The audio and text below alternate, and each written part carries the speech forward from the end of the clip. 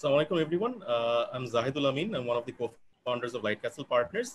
YPF এর pre-budget discussion session আপনাদেরকে welcome করছি। আজকের আমাদের ডিসকাশন টপিক হচ্ছে পাওয়ার এবং ইনফ্রাস্ট্রাকচার সেক্টর নিয়ে। আমাদের মাঝে কিছু এস্টিমড গেস্ট প্যানেলিস্ট আছেন যাদের আমরা ভিউজ শুনবো। আমি একটু শুরুতেই পরিচয় করিয়ে দিই আমাদের এস্টিম গেস্ট যারা আছেন। আমার সবচেয়ে we are privileged to have Mr. Nazrul Islam. He was the ex-managing director of IIFC. Sir has roughly 40 years of experience in the power sector. Onake PPP one of the pioneers bola hoy. Bangladesher PPP যেগুলো projects হয়েছে উনি pioneer করেছেন কিছু projects. আমরা ওনার কাছ থেকে ওনার ভিউজগুলো শুনতে চাবো। আমার সাথে সেকেন্ড আছেন মিস তৌফিকুল খান। তৌফিকুল খান সিপিডির সাথে আছেন, সিনিয়র রিসার্চ ফেলো হিসাবে আছেন, অনেকদিন ধরে রিসার্চে কাজ করছেন, পাওয়ার সেক্টরে ইনফ্রাস্ট্রাকচার সেক্টরে ওনার এক্সপার্টিজ আছে। আমি থার্ড যাচ্ছি মিস্টার কামরুল হাসানের কাছে। উনি একজন রিসার্চার এবং কনসালটেন্ট, যিনি কারেন্টলি বেশ কিছু প্রজেক্টের সাথে আছেন, পিএমওর একটি প্রজেক্টের সাথে উনি এখন ইনভলভড আছেন। এবং লাস্টলি আমি মিস্টার আরবাজ নাইমের কাছে যাচ্ছি। উনি associate director Ricardo power and energy, which is a UK based consulting firm. উনি ওনার ভিউজগুলো, উনি অনেকদিন ধরে বাংলাদেশের পাওয়ার সেক্টরের সাথে জড়িত আছেন, অনেক কনসাল্টিং প্রজেক্টসের সাথে ইনভলভড আছেন for close two 10 to 15 years. He would be sharing his valuable insights. Before going into the discussion, I would like to give the floor to Mr. Asif Khan and Mr. Nazib, যারা specifically পাওয়ার এবং energy sector নিয়ে একটা ছোট presentation develop করেছেন, যেটা YPF এর team থেকে develop করা হয়েছে। আমি কুইকলি তাহলে আসিফকে এবং নাজিবকে ফ্লোরটা দিয়ে দিব for sharing your understanding or your presentation. Thank you. সকলকে অসংখ্য ধন্যবাদ। আমরা ইউথ পলিসি ফোরামের পক্ষ থেকে প্রি বাজেট ডায়ালগের জন্য ইনফ্রাস্ট্রাকচার এন্ড এনার্জি সেক্টরে একটি ছোট স্টাডি করেছি। আমাদের স্টাডিতে ছিলেন আসিফ খান ভাইয়া, মারজুক আহমেদ, রোজামা তাসনিম, আবরার আকিব এবং আমি নাজিব হাজার। আমরা আমাদের স্টাডিতে এনার্জি এবং ইনফ্রাস্ট্রাকচার সেক্টরকে মূলত দুই ভাগে ভাগ করেছি। ইনফ্রাস্ট্রাকচারের মধ্যে আমরা শুধু ফিজিক্যাল ইনফ্রাস্ট্রাকচার নিয়ে কথা বলবো এবং এনার্জি সেক্টরে আমরা পাওয়ার, এনার্জি এন্ড মিনারেল রিসোর্সেস নিয়ে কথা বলবো। আমাদের সব তথ্য সেকেন্ডারি সোর্স থেকে কালেক্ট করা। আমরা যদি দেখি বাজেট অ্যালোকেশন কিভাবে গত 3 বছরে পরিবর্তিত হয়েছে, 2017 সালে এই খাতে বাজেট যা ছিল তা প্রত্যেকটি মিনিস্ট্রির জন্য 2018-19-এ একটু কমেছে, 19-20-এ একটু বেড়েছে হয়তো, কিন্তু 2017-এর মতো পূর্বের অবস্থায় ফিরে যায়নি। এছাড়াও আমরা অ্যানালাইসিস করেছি পারফরমেন্স খাত ভিত্তিক। আমরা যেটা দেখতে পেয়েছি যে ফিজিক্যাল ইনফ্রাস্ট্রাকচারের বিবেচনায় এই বছরের প্রথম 8 মাসে ফেব্রুয়ারি মাস পর্যন্ত আমরা রিপোর্ট পেয়েছি এবং সেই রিপোর্ট অনুযায়ী অধিকাংশ সেক্টরেই তারা রিসোর্সেস আন্ডার ইউটিলাইজড রেখেছে। যেমন দেখতে পাচ্ছি রোড ট্রান্সপোর্ট সেক্টরে 30,000 কোটি টাকার মতো বরাদ্দ দেওয়া হলেও মাত্র 7,500 কোটি টাকার মতো খরচ করা হয়েছে। রেলওয়ের অবস্থা আরও নাজুক, তারা 16,000 কোটি টাকার মতো বরাদ্দ পেয়ে 7 কোটি টাকার মতো খরচ করেছে মাত্র। এভাবে সবকটি সেক্টরেই আমরা দেখতে পাচ্ছি যতটুকু প্রয়োজন বা যতটুকু অ্যালোকেশন দেওয়া আছে তার আন্ডার ইউটিলাইজেশন হয়েছে এখনো পর্যন্ত। সেই হিসেবে পাওয়ার অ্যান্ড এনার্জি সেক্টরে এনার্জি অ্যান্ড মিনারেল রিসোর্সেস যথেষ্ট পরিমাণে তাদের সম্পদ ব্যবহার করেছে এবং পাওয়ার সেক্টরে দেখতে পাচ্ছি প্রায় অর্ধেকের মতো তাদের অ্যালোকেটেড বাজেট এখনো পর্যন্ত মানে প্রথম 8 মাসে খরচ করা হয়েছে। আমরা যদি সিগনিফিক্যান্ট বা গুরুত্বপূর্ণ প্রজেক্টগুলোর দিকে তাকাই যে কি কি গুরুত্বপূর্ণ প্রজেক্ট এই মুহূর্তে আমাদের সরকার চালিয়ে যাচ্ছে, তার মধ্যে এই বছরের এডিপিতে সিভিল এভিয়েশন এন্ড ট্যুরিজমে শাহজালাল আন্তর্জাতিক বিমানবন্দরকে এক্সপ্যান্ড করা হচ্ছে। পোস্ট অ্যান্ড টেলিকমিউনিকেশন সেক্টরে সারা দেশের মডার্নাইজেশনের জন্য একটি বড় প্রজেক্ট হাতে নেওয়া হয়েছে, মোটামুটি 1,000 কোটি টাকারও বেশি সেখানে বরাদ্দ দেওয়া আছে। এর বাইরে শিপিং এর ক্ষেত্রে পতেঙ্গা কন্টেইনার টার্মিনালকে আরেকটু বিস্তৃতভাবে তৈরি করার জন্য একটি প্রজেক্ট হাতে নেওয়া হয়েছে। পায়রায় একটি গভীর সমুদ্র বন্দর স্থাপন করা হয়েছে। একই সাথে রেলওয়ে সেক্টরে যদি দেখি, পদ্মা ব্রিজ হচ্ছে, পদ্মা ব্রিজের জন্য একটা রেল লিঙ্ক তৈরি করা হচ্ছে, তার পাশে বঙ্গবন্ধু রেলওয়ে ব্রিজও কনস্ট্রাক্ট করা হচ্ছে। পাশাপাশি দোহাজারি রামু কক্সবাজার একটি রেল ট্র্যাক তৈরি করা হচ্ছে, যেগুলো চিটাগাং থেকে কক্সবাজারের যাতায়াতকে সহজলভ্য করবে।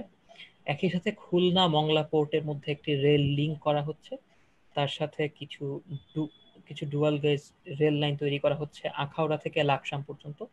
এই ধরনের রেল লাইন মূলত আখাউড়া একটি স্থলবন্দর আছে, স্থলবন্দর থেকে লাকসাম পর্যন্ত পণ্যের যাতায়াত সহজ করবে। একই সাথে কিছু ডুয়াল গেজ লাইনকে ঢাকা টঙ্গী সেকশন বা টঙ্গী থেকে জয়দেবপুর পর্যন্ত কিছু ডাবল লাইন করা হচ্ছে। তার পাশাপাশি রোড ট্রান্সপোর্টে যদি আমরা দেখি, অধিকাংশ প্রজেক্টই শুধু Dhaka mass rapid transit development project ছাড়া অধিকাংশ প্রজেক্টই বিদ্যমান হাইওয়েগুলোকে 4 লেন হাইওয়েতে উন্নীতকরণের জন্য হাতে নেওয়া হয়েছে। পাওয়ার সেক্টরে গুরুত্বপূর্ণ এক্সপানশন হচ্ছে রুরাল ইলেকট্রিফিকেশনের জন্য প্রায় 1,500 কোটি টাকার একটি প্রজেক্ট আছে। একই সাথে পিজিসিবির আন্ডারে পাওয়ার গ্রিড নেটওয়ার্কের স্ট্রেংথেনিং হচ্ছে, ঢাকা চিটাগং মেইন পাওয়ার গ্রিডের স্ট্রেংথেনিং হচ্ছে।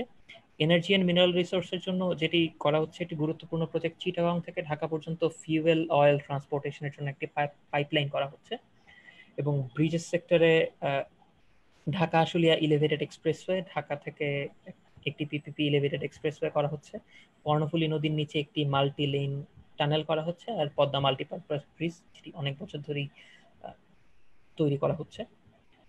এরপর আমরা সেক্টর ভিত্তিক বাজেটের সেক্টর নিড আইডেন্টিফিকেশন করেছি, deliverance guidelines, monitoring and appraisal method set করেছি। তার জন্য প্রয়োজনীয় technical, human and financial resource কি কি প্রয়োজন সেগুলো বের করেছি, এবং এই পর্যন্ত আমাদের হাতে কি কি ফরেন এইড আছে তার একটি এস্টিমেশন করেছি। প্রথমত আমাদের সেক্টর নিড আইডেন্টিফিকেশনের ক্ষেত্রে গেলে যেহেতু এই সময়ে এসে অনেকগুলো কলকারখানা বন্ধ আছে, তাই প্রচুর সারপ্লাস এনার্জি আছে। যে সারপ্লাস এনার্জিগুলো নিয়ে আমরা কি করা উচিত সেটি আমাদের এখন বুঝতে পারা উচিত। একই সাথে শর্ট টার্মের জন্য আমাদের গ্যাস এক্সপ্লোরেশনের যে প্রোগ্রামটি হচ্ছে সেটিকে রিভিউ করা উচিত। এছাড়াও লেস অ্যাক্সেসিবল যে রিজিয়নগুলো আছে বাংলাদেশে, সেই সমস্ত জায়গায় কার্গো দিয়ে যাতায়াতের ব্যবস্থা করা, ইমার্জেন্সি সাপ্লাইজের ব্যবস্থা করা, সেগুলোর জন্য যথেষ্ট পরিমাণে ইনফ্রাস্ট্রাকচার দেশে আছে কিনা সেটিও বিবেচনা করা উচিত, কারণ আমরা একটা ইগালিটেরিয়ান স্টেট চাই। এবং এসেনশিয়াল প্রজেক্টসের মেইনটেনেন্সের জন্য আমাদের স্টেট থেকে ফান্ড করার ব্যবস্থা করা যায় কিনা সেটিও দেখা উচিত। একই সাথে কিছু স্পেশালাইজড ইকোনমিক জোন তৈরি করা হচ্ছে, যেগুলো আমরা যদি ঠিকঠাক মতো তৈরি করে ফেলতে পারি, আমরা সেইগুলোর কারণে পরবর্তীতে পোস্ট কোভিড-19 এরাতে কোনোভাবে বৈদেশিক ইনভেস্টমেন্ট অ্যাট্রাক্ট করতে পারি কিনা সেটিও আমাদের খতিয়ে দেখা উচিত। শিপিং এর ক্ষেত্রে যদি যাই, সেক্ষেত্রে শিপিং এজেন্টস অ্যাসোসিয়েশন, ওদের সাথে ইম্পোর্টারদের একটি কনফ্লিক্ট অফ ইন্টারেস্ট থাকে, সেই কনফ্লিক্ট অফ ইন্টারেস্টটি কিভাবে এই সময়ে মিটিগেশন করা যায় তা দেখা উচিত। 2টি গভীর সমুদ্র বন্দর তৈরির চিন্তা করা হচ্ছে, একটি হচ্ছে পায়রা ডিপ সি পোর্ট আর একটি মাতারবাড়ি পোর্ট। তো এই 2টি পোর্টের মধ্যে একই সাথে বাস্তবায়ন করার সক্ষমতা আমাদের আছে কিনা, নাকি আমাদের 2টির মধ্যে প্রায়োরিটাইজেশন করা উচিত, সেটিও আমাদের বিবেচনায় নিতে হবে। একই সাথে আমরা মনে করি যে ভারত আমাদের জলভাগের অনেকটুকুই ব্যবহার করছে তাদের ট্রানজিটের সুবিধার্থে। যেহেতু আমাদের কোভিড-19 পরবর্তী সময়ে রেভিনিউ একটি বড় চ্যালেঞ্জ, সেখান থেকে আমরা কিছু রেভিনিউ অর্জন করতে পারি কিনা সেটিও দেখা উচিত। এবং মোস্ট ইম্পর্টেন্টলি আমরা পাবলিক প্রাইভেট পার্টনারশিপ, যে পিপিপি ডিসকাশনগুলো হচ্ছিল বিভিন্ন দেশের সাথে, সেগুলোকে রিজেনারেট করতে পারি কিনা তাও আমাদের জন্য দেখা গুরুত্বপূর্ণ। কিভাবে আমরা আমাদের এই প্রয়োজনীয় নিডগুলোকে ডেলিভারি করতে পারি, আমরা মনে করি যে power grid company of Bangladesh PGCB জন্য এখন গুরুত্বপূর্ণ যে তাদের অ্যাক্টিভিটিগুলো এফিসিয়েন্সির সাথে সারা দেশে ছড়িয়ে দেওয়া। একই সাথে রেলওয়ে স্টেশন অথরিটিগুলোকে, যেহেতু এখন কোভিড-19 এরাতে মানুষের যাতায়াত কম হবে, তারপরেও আমাদের জন্য গণপরিবহনের নিরাপত্তা নিশ্চিত করা খুবই গুরুত্বপূর্ণ।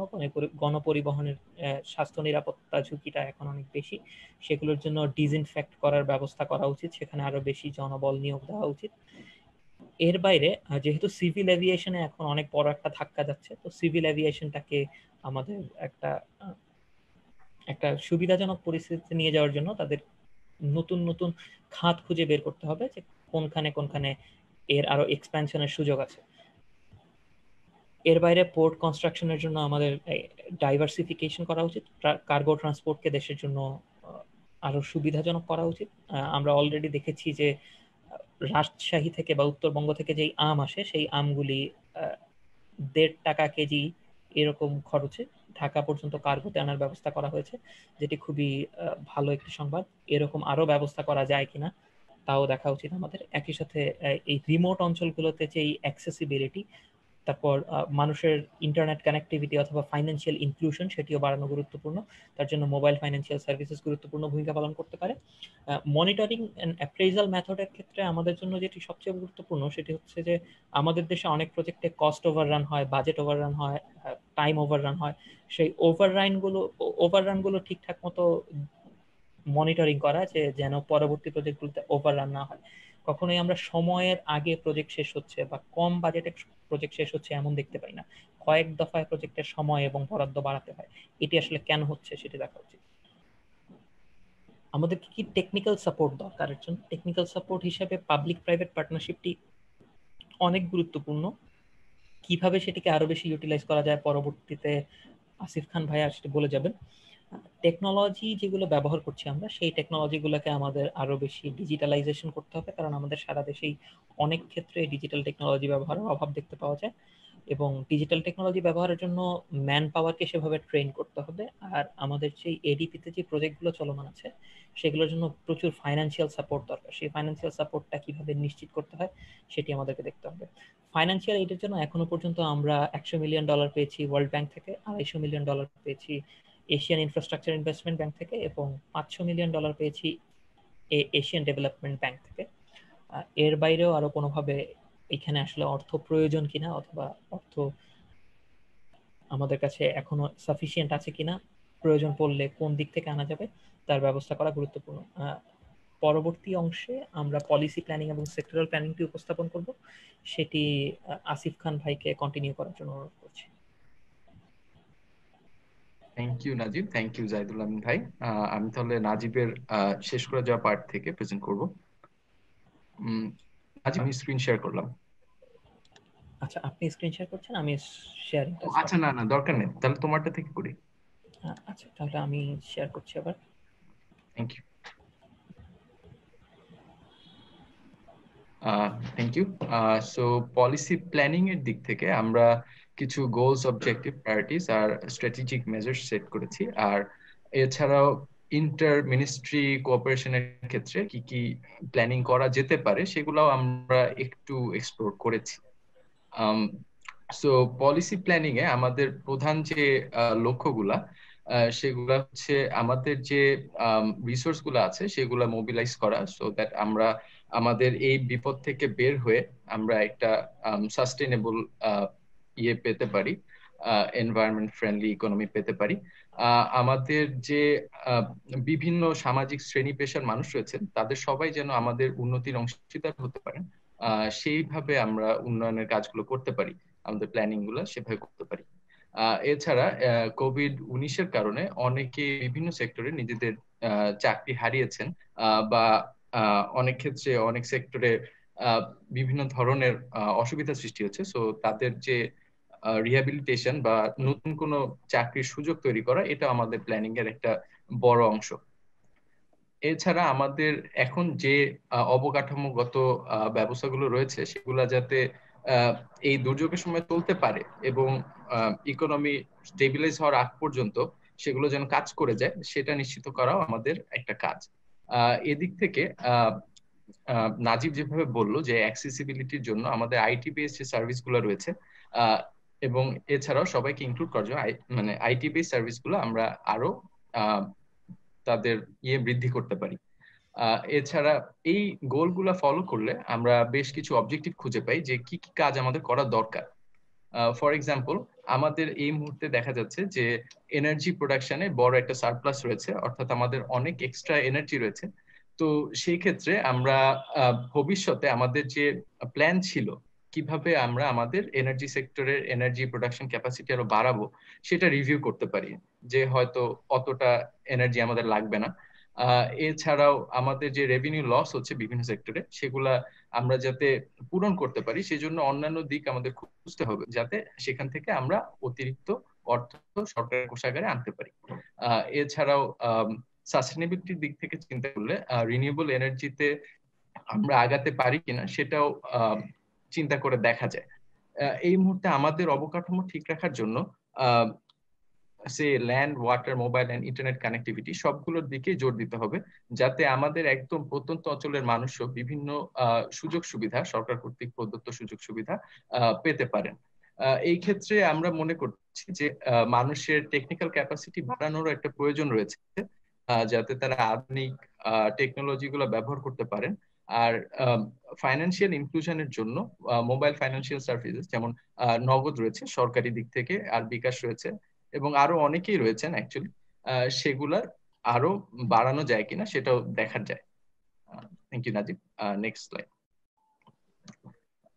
পলিসি প্ল্যানিং প্রায়োরিটির দিক থেকে আমাদের এখন মেইনলি লক্ষ্য করতে হবে যাতে আমাদের ইকোনমিটা আমরা এই দুর্যোগের সময় চালু রাখতে পারি। এই ক্ষেত্রে আমরা যেসব দিকে চিন্তা করতে পারি তার মধ্যে রয়েছে আমাদের এক্সেস পাওয়ার ক্যাপাসিটি যা রয়েছে সেটা অন্য কোনো ভাবে অফলোড করা যায় কিনা সেটা দেখা।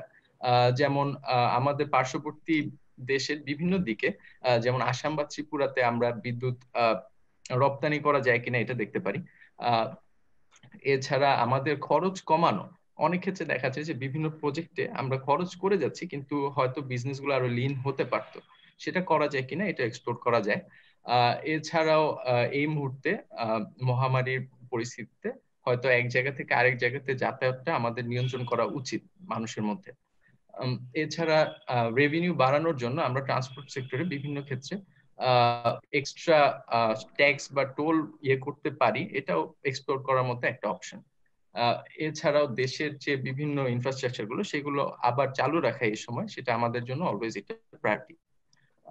আর এছাড়া আগের স্লাইড থেকে আমাদের যে গোলগুলো ছিল আর অবজেক্টিভ গুলো ছিল সেদিক থেকে চিন্তা করলে আমাদের পোস্টাল সার্ভিসেস লজিস্টিক্যাল ক্যাপাসিটি এবং মোবাইল ফাইন্যান্সিয়াল সার্ভিসেস কতটা বাড়ানো যায় বা কত মানুষের কাছে এটা পৌঁছে দেওয়া যায় সেটা আমাদের একটা দেখার বিষয়। Next slide Najib. Thank you. এইগুলোর বেসিসে আমরা কিছু স্ট্র্যাটেজিক্যাল মেজার চিন্তা করেছি যেগুলা করা যেতে পারে এই পরিস্থিতিতে।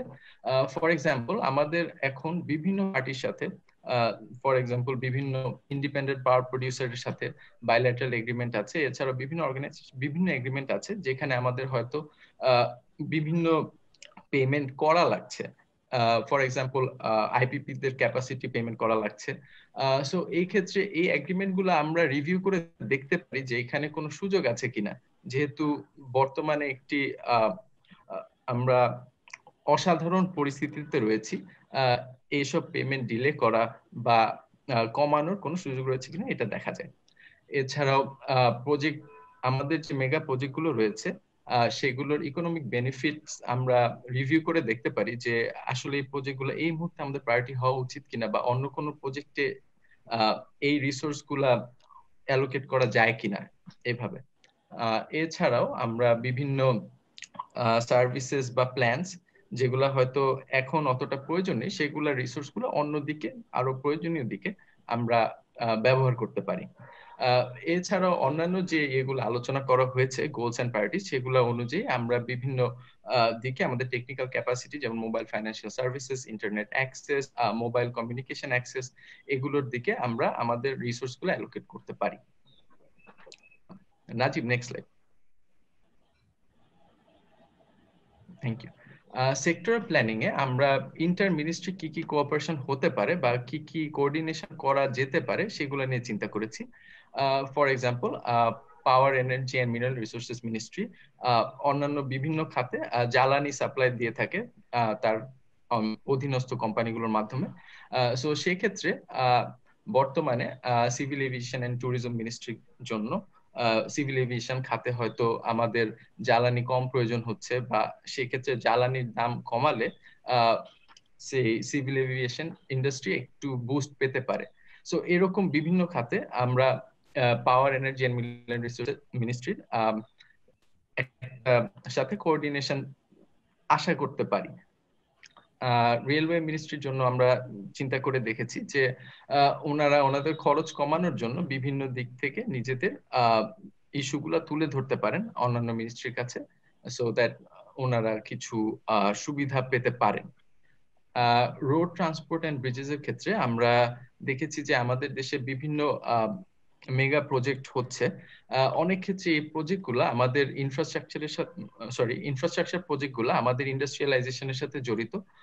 সো অন্যান্য মিনিস্ট্রির আন্ডারে যে প্রজেক্টগুলোর সাথে কানেক্টিভিটি স্থাপন করার জন্য এই প্রজেক্টগুলো হচ্ছে, সেই প্রজেক্টগুলো কতটুকু এগিয়েছে বা সেগুলা নিয়ে আমাদের প্ল্যান কি, এটা অন্যান্য মিনিস্ট্রির সাথে road transport and bridges ministry কথা বলে দেখতে পারেন। এরপর সিভিল এভিয়েশন এন্ড ট্যুরিজম আমাদের এই কোভিড পরিস্থিতিতে সবচেয়ে আঘাতপ্রাপ্ত একটা সেক্টর। এই ক্ষেত্রে ওনাদের জন্য কিছু হতে পারে, কিভাবে ওনারা নিজেদের যে হোটেলগুলো ছিল, ট্যুরিজম বিজনেস যেহেতু এখন একদমই মন্দা, সেই হোটেলগুলো কিভাবে ফর এক্সাম্পল রিপারপাস করা যায় সেটা ওনারা দেখতে পারেন, বা অন্যান্য ভাবেও রিপারপাস করা যেতে পারে। এছাড়াও গভর্নমেন্টের অন্যান্য প্রয়োজনীয় কাজে ওনাদের যে ইনফ্রাস্ট্রাকচার রয়েছে, যে লজিস্টিক্যাল সেটআপ রয়েছে, সেগুলো ব্যবহার করা যেতে পারে। Thank you. Najib, next slide.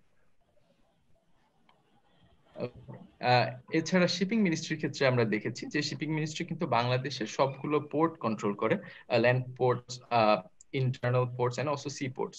So এই ক্ষেত্রে যেহেতু বাংলাদেশে এইসব পোর্ট ব্যবহার করে বাইরে থেকে মানুষজন আসতে পারেন, সো মিনিস্ট্রি অফ শিপিং এখানে পাবলিক অ্যাডমিনিস্ট্রেশন বা ডিফেন্স সেক্টরের সাথে কোঅর্ডিনেট করে ট্রাভেলারদের স্ক্রিনিং অথবা কোয়ারেন্টাইনের ব্যবস্থা করতে পারে। এছাড়া পোস্ট টেলিকমিউনিকেশনস এন্ড আইটি সেক্টরে আমরা দেখতে পাই যে এখানে অনেক কিছু করার সুযোগ রয়েছে। এই মুহূর্তে আমাদের জন্য অ্যাক্সেসিবিলিটি একটা অনেক বড় ইস্যু। এই সময় বাংলাদেশের সব জায়গায় যাতে ইন্টারনেট এবং টেলিফোনের অ্যাক্সেসিবিলিটি ছড়িয়ে দেওয়া যায়, সেই ক্ষেত্রে অনেক কিছুই করার রয়েছে। এছাড়াও অন্যান্য মিনিস্ট্রির সাথে কোঅর্ডিনেট করে ওনাদের যে আইটি ইনফ্রাস্ট্রাকচার রয়েছে সেটা বৃদ্ধি করতেও post telecommunications and IT ministry কাজ করতে পারে। সো এছাড়া that was our presentation, so thank you. Thank you, Nazeem. Thank you, Asif. In-depth presentation chilo. Thank you for sharing everything within 15 minutes. So আমরা just এখন প্যানেলিস্টদের কাছে চলে যাব। আমাদের কিছু স্পেসিফিক কোয়েশ্চেনস আছে আপনাদের কাছে। Feel free to share your thoughts, এবং যদি আপনাদের বাকিদেরও যদি কোনো কিছু ভিউজ থাকে আপনি feel free to chime in as well. আমি জাস্ট শুরু করার আগে আমি জাস্ট টু কনটেক্সটে যদি সেট করি, স্পেসিফিক্যালি বাংলাদেশ global একটা প্রবলেম COVID-19 এর কারণে there has been a economic slowdown. Particularly Bangladesh has been hit hard because particularly আমরা অনেকেই 80 to 85% of the population informal sector এ কাজ করেন, যাদের একটা মেজর ইনকাম লস হয়েছে, আমাদের সাপ্লাই চেইন ডিসরাপশন হয়েছে। আরএমজি সেক্টরে আমাদের স্পেসিফিক্যালি $3 billion এর মতো অর্ডার লস হয়েছে, এবং এটা আরো বাড়তে পারে। স্পেসিফিক্যালি আমরা যদি আজকের কনটেক্সটটা সেট করি, বাজেটের ইমিডিয়েট পার্সপেক্টিভ হচ্ছে যে আলটিমেটলি ফান্ডিং যেটা আছে সোশ্যাল প্রোটেকশনে, হেলথ কেয়ারে রিঅ্যালোকেট করা, যেখানে কোভিড এর কারণে দরকার। সো দ্যাট মিনস যে টাকাটা আসলে কোনো জায়গা থেকে রিঅ্যালোকেট করতে হবে, গিভেন দ্য ফ্যাক্ট দ্যাট আমাদের বাজেটে আমাদের যে রেভিনিউ পার্টটা আছে ওটার একটা সিগনিফিকেন্ট ডিক্লাইন হয়েছে এবং হবে due to slow down in the economic activities. So আমি ইনডেপথ ওগুলোতে ডিসকাশনে যাওয়ার আগে আমি জাস্ট শুরু করতে চাই পাওয়ার সেক্টর নিয়ে। ওভারঅল পাওয়ার সেক্টরের even 20 years back, 15 years back আমাদের যে সিনারিও ছিল, এখন সিনারিওটা নেই। ইনফ্যাক্ট আমাদের একটা সারপ্লাস পাওয়ারে আমরা আছি, 18,000 মেগাওয়াট প্রোডাকশন ক্যাপাসিটি আছে, যদিও 8,000 মতো মেগাওয়াটের মতো আমরা ইউজ করছি, but the supply is much higher. So আমি একটু ফার্স্টে নজরুল স্যারের কাছে যাবো, জাস্ট ওনার কাছ থেকে ওনার ভিউটা জানার জন্য, যে আপনি অনেকদিন ধরেই পাওয়ার সেক্টরের সাথে আছেন, ডিরেক্টলি ইনডিরেক্টলি আছেন, এবং আপনি সেক্টরটার এভলিউশনটা দেখেছেন নিজের চোখে। সো আমি যদি বলি last 10 years what are the critical factors which have contributed to the growth and success of the power sector, যদি ইভেন কোনো চ্যালেঞ্জেসও থাকে আপনি যদি একটু শেয়ার করেন আমাদের সাথে। Thank you. Nazrul sir. Thank you very much.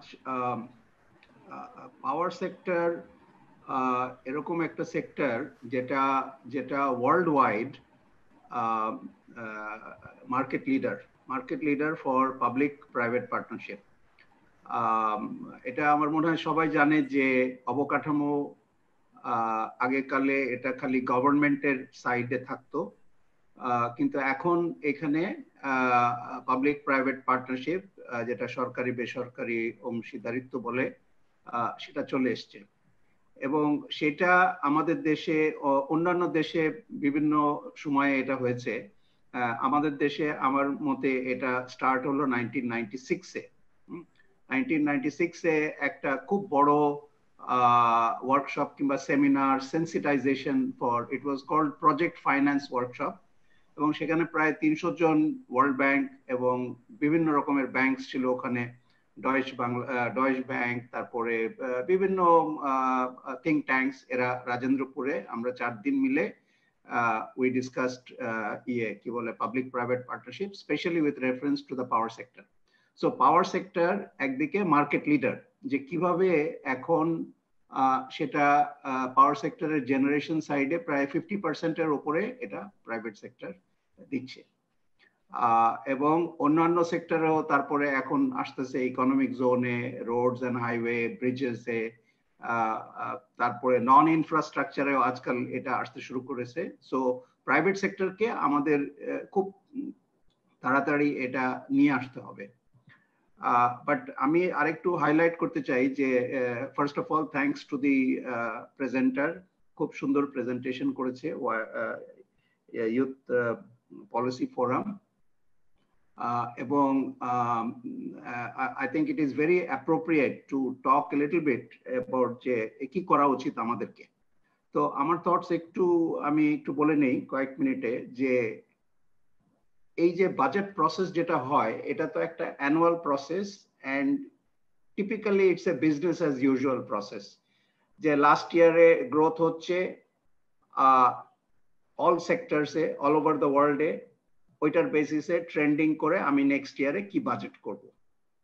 Now that very premise actually এই বছরে এই মুহূর্তে ইট ফলস অ্যাপার্ট, বিকজ আমরা এখন একটা সিচুয়েশনে আছি which is technically defined as force majeure, তাই তো? এবং ফোর্স মেজর বিভিন্ন কারণে ফোর্স মেজরে বোথ সাইডস এর অব্লিগেশনস আর এক্সকিউজড। সো যেহেতু এখন আমরা একটা ফোর্স মেজরে আছি, এখনো ফোর্স মেজর থেকে আমরা বেরোতে পারি নাই, there are different projects যেগুলি হাজার হাজার কোটি টাকার, তাদেরকে এই ফোর্স মেজর ক্লজটা স্টাডি করতে হবে, তারপরে দেখতে হবে যে আসলে এই প্রজেক্টগুলি এখন দরকার কিনা because of the market downturn, right? So এই বছরের বাজেটে এই পলিসি ফোরামে আমার মনে হয় যে মানে কোভিড-19 এটা একটা বাইস্ট্যান্ডার থাকতে পারে না, it should be front and centre, right? যে হোয়াট ইজ কোভিড-19, কিভাবে এটাকে আমরা ইনকর্পোরেট করব into our planning process, what impact does it have ফিউচারে, যেই সব মানে আমরা বিজনেস অ্যাজ ইউজুয়াল যেভাবে আমরা ট্রান্সপোর্টেশন করতাম সেভাবে হবে না, for example work from home অনেক বেশি বেড়ে যাবে। সো ইটস এ হিউজ মানে বিগ একটা কি বলে ওটাকে, এটার একটা টার্মিনোলজি আছে যে it's a huge impact, it's a huge change, and huge চেঞ্জটাকে আমাদেরকে প্রপারলি প্ল্যানিং করতে হবে। So that is my first and foremost it should not be a bystander, it should be front and center, because it is going to impact all the projects, it is going to impact how we eat and talk, how we ride on a bus, how we go to the bank, everything. So এই জিনিসগুলি আমাদেরকে change করতে হবে, এবং সরকারের রেসপন্সটা কি, আমাদের সবারই রেসপন্সটা কি। And there is going to be huge job losses গুলি কিভাবে আমরা করব, কভার করব। So first and foremost, it is not business as usual budget, it's not a business as usual planning with কি বলে COVID-19 as a bystander. Sir, thank you for your insights. আমি just আপনার পয়েন্টটা ধরেই বলতে চাচ্ছিলাম যে স্পেসিফিক্যালি আমরা যে দেখেছি যে এবার কারেন্টলি আমাদের আইপিপিস যেগুলো আছে অনেকগুলি বসে আছে, বাট গভর্নমেন্টকে ক্যাপাসিটি পেমেন্টস দিতে হচ্ছে, এবং একটা নিউজ পেপারের হিসাবে আমরা দেখলাম যে পাওয়ার সেল থেকে বলেছে যে this amount can even turn up to 35,000 কোটি টাকা। তো আমি একটু আরবাজের কাছে যেতে চাচ্ছিলাম যে specifically given the fact that this is something like a force majeure, even RMG সেক্টরে অনেক বায়ার্সরা এই ক্লজটাকে ইনভোক করেছে in order to stop the payment. তো আমি জানতে চাচ্ছিলাম যে is there any ways PPA তে কি কোনো মিনস আছে থ্রু হুইচ পেমেন্টটা রিডিউস করা যাবে, কিংবা ক্যান্সেল করা, রিশিডিউল করার কি কোনো অপশন আছে নাকি? Hi, Zahid. Yeah, sorry, just took a little while to get myself off mute. A couple of things. PPAs should in general not be renegotiated during the term of the PPA. It sets a very bad precedence, and it is not a precedence that any government should be setting, because then you're going to scare away whatever private investors you get in the power sector in the first place. So no, that's a bad idea. Anybody who tells you that you can go back on PPAs is setting you up for failure, because as a country, you're going to struggle to get any private investors. As it is, we don't get the top of the line private investors. Every time I talk to a European investor, they say, Bangladesh, no, too risky. We all only attract investors mostly from Asia. So that already limits our investor market pool. We're going to limit it even significantly further if we start reneging on payment obligations of the government in terms of PPAs. So there's no reason why you should be doing that. Payment deferrals also. So to be honest, the best way of handling that kind of a situation is that if you have take or pay with IPPs, pay the IPPs and get them to run those assets, and then put the PDP assets on a much lower deployment. Use the PDP assets lower, because that's at least government assets. So in any case, you're going to have to pay for those assets that you've built. Energy surplus. We really don't have an energy surplus. The problem is because of lack of demand. And that's not because people don't have the demand for energy. Dhakar বাইরে গেলে বোঝা যায় যে আমাদের actual energy crisis-টা কতটুকু, because Dhakar বাইরে there's still plenty of hours of load shedding in divisions outside Dhaka.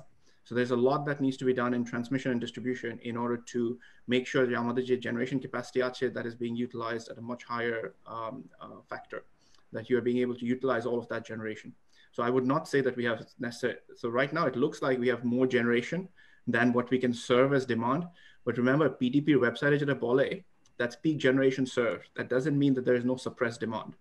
There's significant amounts of suppressed demand. And manufacturing, it's only a temporary state, right? Manufacturing and other commercial operations will restart. So you're going to need that capacity, and that capacity will potentially need to grow in the future. So that's what I would say just in relation to that question, Zahid. And then there are a few broader comments that I also wanted to make. I'm happy to do that later, or if you want me to go into those now. Sure. Please go on. Okay, so another comment that I had is, you said it's important to review gas exploration. I'm assuming you're trying to say don't do any gas exploration, which is probably a good idea right now, given that for the first time in the history of the commodities market, oil and gas prices went negative in the US markets during the COVID crisis. Not the best time to be doing gas exploration. So probably, yes, that's something that we should definitely put on hold. Export to neighboring states, I'm sorry, that's a fantasy. It's not going to happen, mainly because everybody's in the same boat. Everybody's seeing suppression of demand. Therefore, everybody will have surplus capacity. Export to Northeast is not possible any longer because India now has a fully interconnected system. The Indian power grid is fully interconnected. So therefore, if they have surplus capacity all the way off in Himachal Pradesh, they will import that into the northeastern states. They don't necessarily need to buy power from Bangladesh. India has significant surplus capacity with underutilization of both their coal assets as well as curtailment of renewables. So who are you going to export it to? Myanmar has massive export aspirations. So our ability to export our power is significantly limited.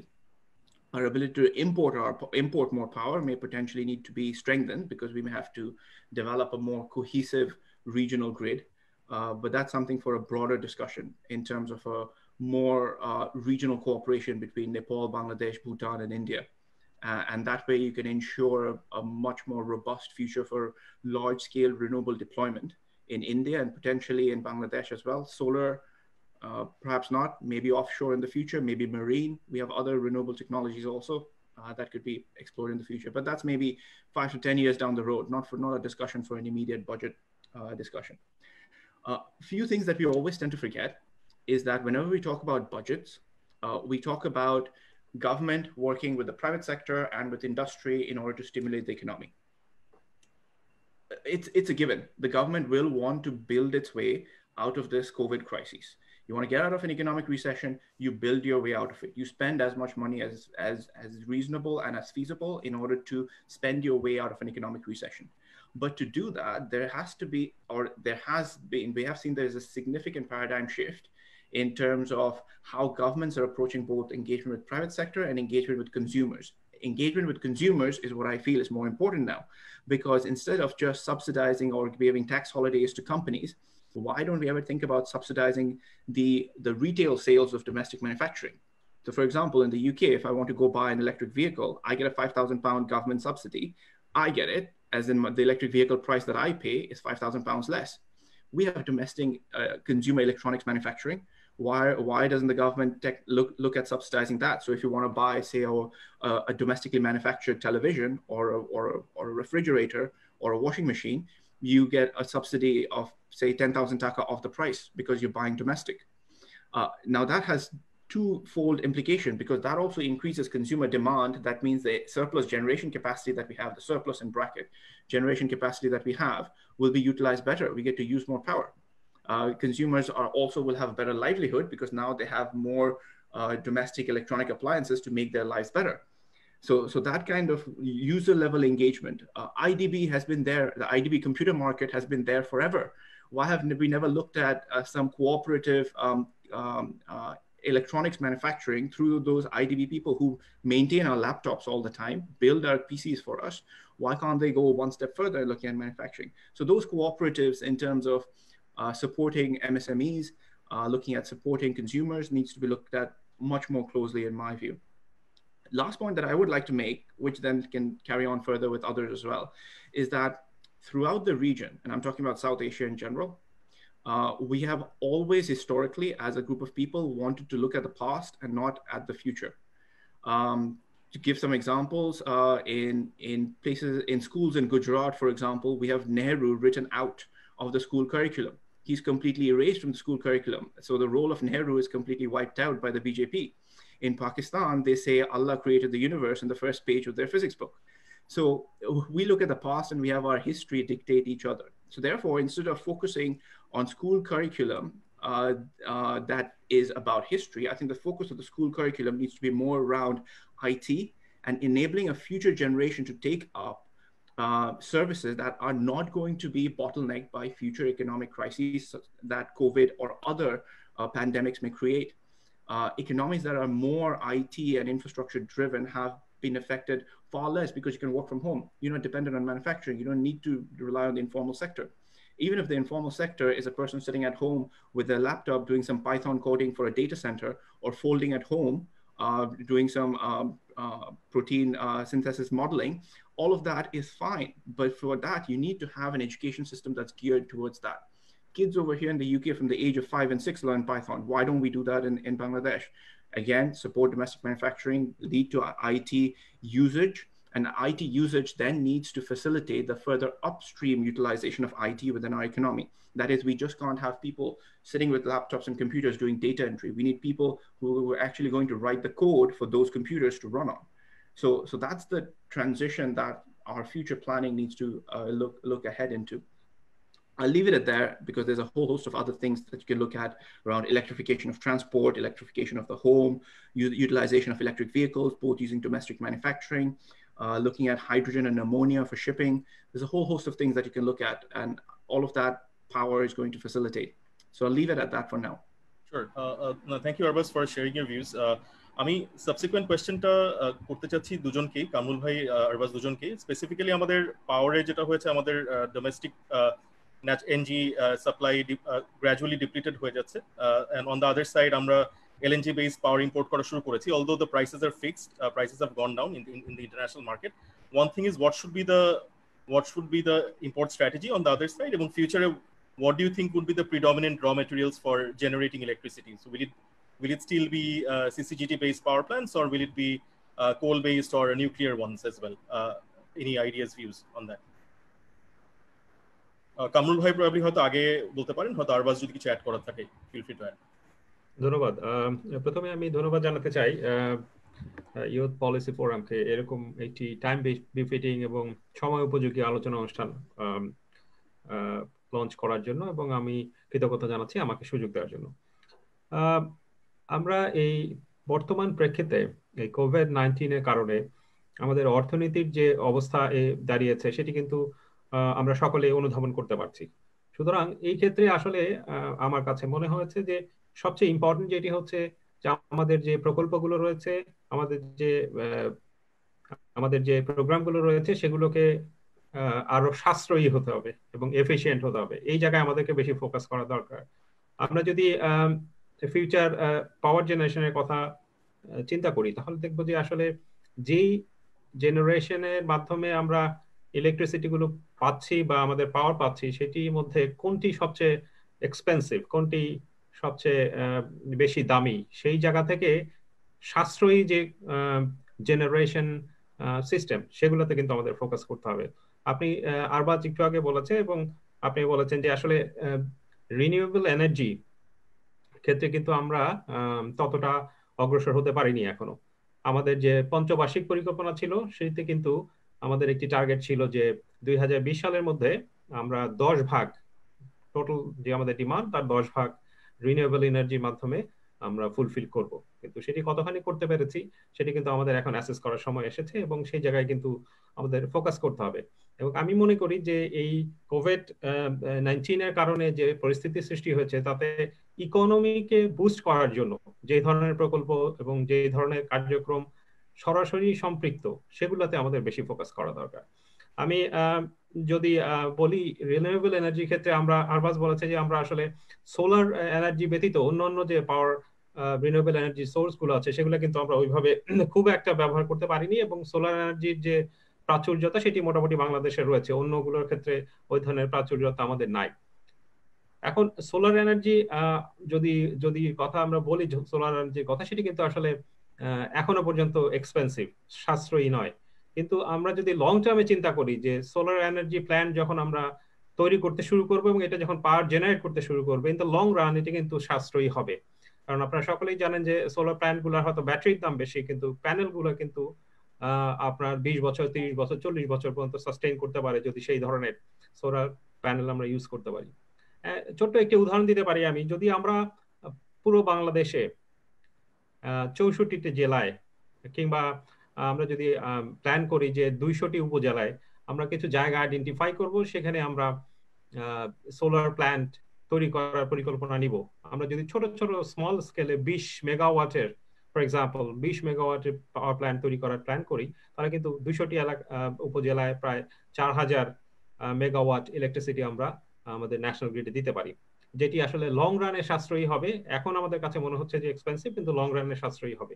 এবং আপনারা সকলেই জানেন যে যে developing যে country গুলো আছে, তারা ডেভেলপ যে নেশন গুলো আছে, তারা কিন্তু এখন যে প্রোডাক্ট গুলো আমাদের কাছ থেকে ইম্পোর্ট করছে, সেগুলোর ক্ষেত্রে কিন্তু গ্রিন এনার্জির যে কনসিডারেশন সেটি নিয়ে এসছে। অনেক ইউরোপিয়ান কান্ট্রি তারা কিন্তু গ্রিন এনার্জি না হলে সেই ইন্ডাস্ট্রির উপরে এক ধরনের ট্যাক্স ইম্পোজ করা শুরু করেছে ইতিমধ্যেই। সুতরাং এই জিনিসগুলোকে আমাদের মাথায় রাখতে হবে, এবং যেগুলো এক্সপেন্সিভ সোর্স, জেনারেশনের source like quick rental or আপনার পিকিং পাওয়ার প্ল্যান্ট, এগুলোতে আপনারা জানেন যে খুবই এক্সপেন্সিভ, ইলেকট্রিসিটি জেনারেশন করতে খুবই এক্সপেন্সিভ, এবং আমরা খুব মানে খরচের ব্যাপার। এই জায়গাগুলোতে আমাদের ডিপেন্ডেন্সি আমি মনে করি আস্তে আস্তে কমিয়ে আনতে হবে। এবং সবচেয়ে বড় জিনিস যেটি, সেটা হচ্ছে আসলে আমাদেরকে এফিসিয়েন্সি, আমাদের যে প্রকল্পগুলো আছে সেগুলোর এফিসিয়েন্সি কিন্তু দিকে এখন মনোযোগী হওয়ার সময় আসছে, এবং কস্ট বেনিফিট অ্যানালাইসিস করে সাশ্রয়ী যেভাবে যে ইলেকট্রিসিটি জেনারেশন, ট্রান্সমিশন এবং ডিস্ট্রিবিউশন করা যায়, সেই জায়গাটাতে আমাদের ফোকাস করতে হবে। আমি পরবর্তীতে আবার যোগ করবো ইনশাআল্লাহ। Arbaaz, do you want to add anything? No, Kamrul spoke mostly about the question that you had asked, Zahid. One thing I will add is around something jeta amader ekhane UK te there is significant lobby to try and avoid. It's something that we are calling a carbon-based rebound, or a carbon-intensive rebound in the economy, and that is a high probability. I wouldn't even call it a risk. It's a high probability that that's going to happen, because the world is flush with LNG, with gas, and with coal, with the market prices so low that it makes it far more cheaper to utilize coal and gas in the short term than looking for any renewable-based economy, renewable-based rebound. Therefore, it needs to be a concerted government effort. Unless the government takes proactive steps in order to avoid a carbon-based rebound in the economy, it's not going to happen. Whether it's going to be a government choice or not, that is for the policymakers to decide. I'm just an energy specialist. I'm sure there are people with much bigger economics brains than me who will be able to work out the exact numbers as to when and how we should move towards a more sustainable net zero economy in Bangladesh. But it is highly likely that we will have a carbon-based rebound. So coal and gas for the immediate foreseeable future is pretty much locked in for us right now. Makes sense. আমি তৌফিক ভাইয়ের কাছে যেতে যাচ্ছিলাম। So আপনি specifically আমার যেটা question ছিল, আমরা আরেকটু ম্যাক্রো লেভেলে চলে যেতে চাই। স্পেসিফিক্যালি যদি আমি ইনফ্রাস্ট্রাকচার লেভেলে বলি, পাওয়ার সেক্টরের কথা পার্টিকুলারলি বলি, বাজেট অ্যালোকেশন সিগনিফিকেন্ট লেভেলে পাওয়ার সেক্টরে হচ্ছে, ইনফ্রাস্ট্রাকচারের কিছু মেগা প্রজেক্টস আছে যেগুলো আমি ইমপ্লিমেন্ট করছি, যদিও ইমপ্লিমেন্টেশন রেটটা has gone down due to the COVID-19 scenario. আমি একটু ফার্স্ট কোয়েশ্চেনটা আপনার কাছে থাকবে, সেটা হচ্ছে গিয়ে যে post Covid, we don't have any idea about when this will happen. Post COVID might be end of this year or maybe early next year. Post COVID scenario, what do you think about the power sector? Do you think demand will keep on growing? একটা definitely issue আছে because a lot of investments might go out from, or a lot of capital flight might happen from China, so Bangladesh might be one of the beneficiaries of that capital flight. But specifically, what do you think about the post COVID demand for power and infrastructure? আপনি যদি একটু overall আপনার ভিউটা দিতেন। Thank you. আমি ধন্যবাদ জানাচ্ছি। I think আগের প্যানেলিস্টরা সবাই বলেছেন এবং প্রত্যেকেই এনার্জি সেক্টরে আমার থেকে অনেক অনেক বেশি অভিজ্ঞ। আমি একটু ম্যাক্রো কনটেক্সটেই বলতে চাই, আসলে আমি ওইটাই আমার জায়গা, আমি ওভাবেই দেখি জিনিসটাকে। যেমন আমার মনে হয় যে শুধুমাত্র একটা সেক্টরাল জায়গা থেকে এইটাকে দেখাটা একটা ভুল দৃষ্টিভঙ্গি হতে পারে আমাদের দেশের জন্য। এটা কারণ যেমন আরবাজ ভাই বলছিলেন যে আমরা এখন গ্যাস এক্সপ্লোরেশনে যাব কিনা। দেখেন, গ্যাস এক্সপ্লোরেশনে যদি আমরা এখন যাই, আমাদের জন্য মোর লাইকলি সিনারিও হলো আপনার সমুদ্রে গ্যাস খোঁজা, অফশোর গ্যাস যদি আমরা দেখি। এইটা তো আমরা এমন না যে আমরা 1-2 বছরের মধ্যে সেটা অ্যাড করতে পারবো। আমি বলবো যে আমাদের এটা ট্রাই করা উচিত। এটা কেন ট্রাই করা উচিত? একটা হলো এটা একটা লং টার্ম, আমাদের যেহেতু একটা পটেনশিয়াল আছে, এই পটেনশিয়ালটাকে কাজে লাগানো। দ্বিতীয় হলো বাকি যেই অপশনগুলোর কথা আমরা বলছি, সেই অপশনগুলো কিন্তু অনেকখানি আমার ইম্পোর্ট বেস। আমরা এখন যেভাবে আইপিপির কথা বলেছেন, কিন্তু আপনারা কেউ কুইক রেন্টালের কথা বলেন নাই।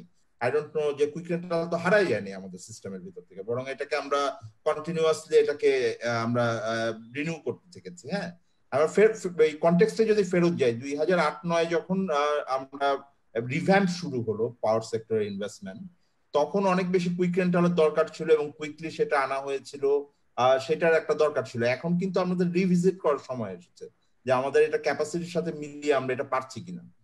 দ্বিতীয় হলো যে গ্যাসের, দেখেন এখন আমরা এলএনজি ইম্পোর্ট করছি, সেই আমাদের গ্যাসও আমরা একসময় তো ভাসছিলাম, মানুষজন এক্সপোর্ট করতে চাচ্ছিল, তা এখন তো আবার আমরা সেটাও আমরা ইম্পোর্ট করছি। আমাদের এই যে import dependency on overall energy and power sector, এইটা আমাদের রিডিউস করতে হবে অ্যাট সাম পয়েন্ট। এটা হয়তো বিভিন্ন ক্রাইসিসে এসে এটা ব্রেক হচ্ছে, কিন্তু অ্যাট সাম পয়েন্ট এটা কিন্তু আমাদের একটা দেশের ভিতরে একটা সাস্টেনেবিলিটি আমাদের দরকার আছে, বিকজ এইটা কোনো এক সময় একটা ওয়ারের সিনারিও, এটা খুব ভলাটাইল থাকছে, কখনো প্রাইস বেড়ে যাচ্ছে, কখনো কমে যাচ্ছে। আমি মনে করি যে এই জিনিসটা আমাদের কন্টিনিউ করা উচিত। কারণ হলো যে এটার সাথে আমার ম্যাক্রো ইমপ্লিকেশনটা হলো, এটার সাথে আমার আসলে কিন্তু বৈদেশিক যেই আমার রিজার্ভ আছে, বৈদেশিক যে মুদ্রার যে চাহিদা আছে, সেটার সাথে একটা আমার মনে হয় যে সংযুক্ত আছে, এটা কানেকশন আছে। তো সেই জায়গাটায় কে বিচার করে আমার মনে হয় না যে এটা আমরা এখন এটা থেকে সরে আসার দরকার আছে। তো বেসিক্যালি আমরা এলিফ্যান্ট ইন দ্য রুম কি, আপনারা যেই ডিসকাশন করছেন আজকে সম্ভবত 3য় আলোচনা, তাই তো, ইউথ পলিসি ফোরামে।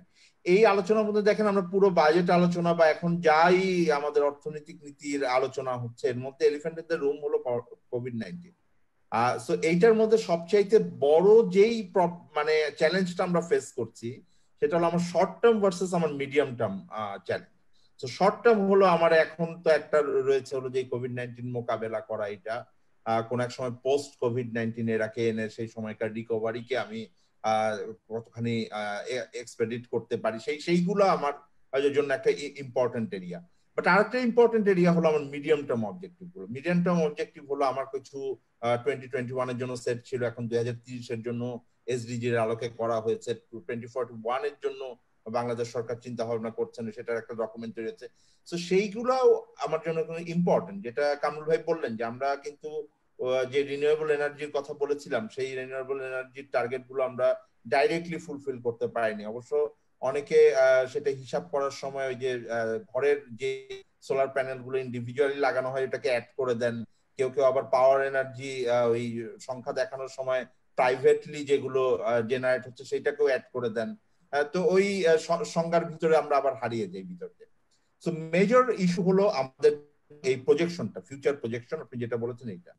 সেকেন্ড যেটা আমি মনে করি যে পুরো বিষয়টার ভিতরে আলোচনার ভিতরে আপনারা অনেকখানি আনেন নাই, সেটা হলো pricing. So pricing is very important. It's a very important determinant of how you are going to invest. তো আমাদের যেই সাকসেসের কথা আমরা বলি পাবলিক প্রাইভেট পার্টনারশিপে, আপনি দেখেন পুরো পাবলিক প্রাইভেট পার্টনারশিপের মডেলটা বাংলাদেশে যতটুকু সাকসেস করেছে it is through guaranteed price. তার মানে আপনি যদি গ্যারান্টিড একটা ইনভেস্টমেন্ট দেন তাহলে এটা private sector will come here. তার মানে হলো যে আমরা যেই বিষয়টা বড় করে আলোচনা করি যে আমরা এটা একটা মার্কেট বেসড হবে, প্রাইভেট সেক্টর এফিসিয়েন্সি আনবে, এইটা আসলে অতখানি কাজ করে না। দ্য অনলি থিং কাজ করে কিছুটা, সেটা হলো যে প্রাইভেট সেক্টর কিছু আমরা বাইরে থেকে ইনভেস্টমেন্ট আসলে কিছুটা এক্সপার্টিস আসে এবং অ্যাডিশনাল কিছু ফান্ড আসে, অ্যাজ ইফ আমাদের ফান্ডিং এর সমস্যা আছে, বিকজ ফান্ডিং এর সমস্যা ছিল এক সময়। এটা আবার অনেকে আমি শুনি যে কথা বলার সময় যে ফান্ড অত বড় প্রবলেম না, আমরা তো যা টাকা বরাদ্দ করি খরচ করতে পারি না। থার্ড এরিয়া আমার মনে হয় যে আপনাদের প্রেজেন্টেশনে যেটা আসে নাই ম্যাক্রো পার্সপেক্টিভ থেকে, যেটা কামরুল ভাই কিছুটা শুরু করেছিলেন শেষ করেন নাই, সেটা উনি বলেছেন আমাদের প্রজেক্টগুলো এফিশিয়েন্টলি বাস্তবায়ন করতে হবে। And this is the most important thing. আপনার ইনফ্রাস্ট্রাকচার এবং পাওয়ার সেক্টর বলেন, ওভারঅল বাংলাদেশের পাবলিক এক্সপেন্ডিচার বলেন, আমাদের জন্য সবচাইতে বড় কনসার্ন হলো যে আমরা আমাদের what ever we are investing we are not sure about is efficacy.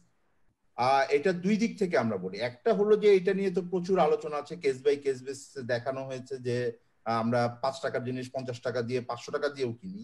হ্যাঁ, অ্যাবনর্মাল লেভেলের দুর্নীতি এবং এটার ভিতরে অনিয়ম আছে, এবং সেটা শুধুমাত্র ছোটখাটো প্রজেক্ট না। আগে ভাবতাম যে ওই গ্রামের যেসব প্রজেক্ট হয় ওইখানকার লোকরা বোধহয় চুরি চামারি করে, তা না, এটা তো মেগা প্রজেক্ট গুলো যেগুলো খুবই ক্লোজলি মনিটরিং হচ্ছে, সেইগুলোর ভিতরেও খুব বড় ভাবে যখন সেটা আর্থ শ্যাটারিং ভাবে আমাদের সামনে আসছে।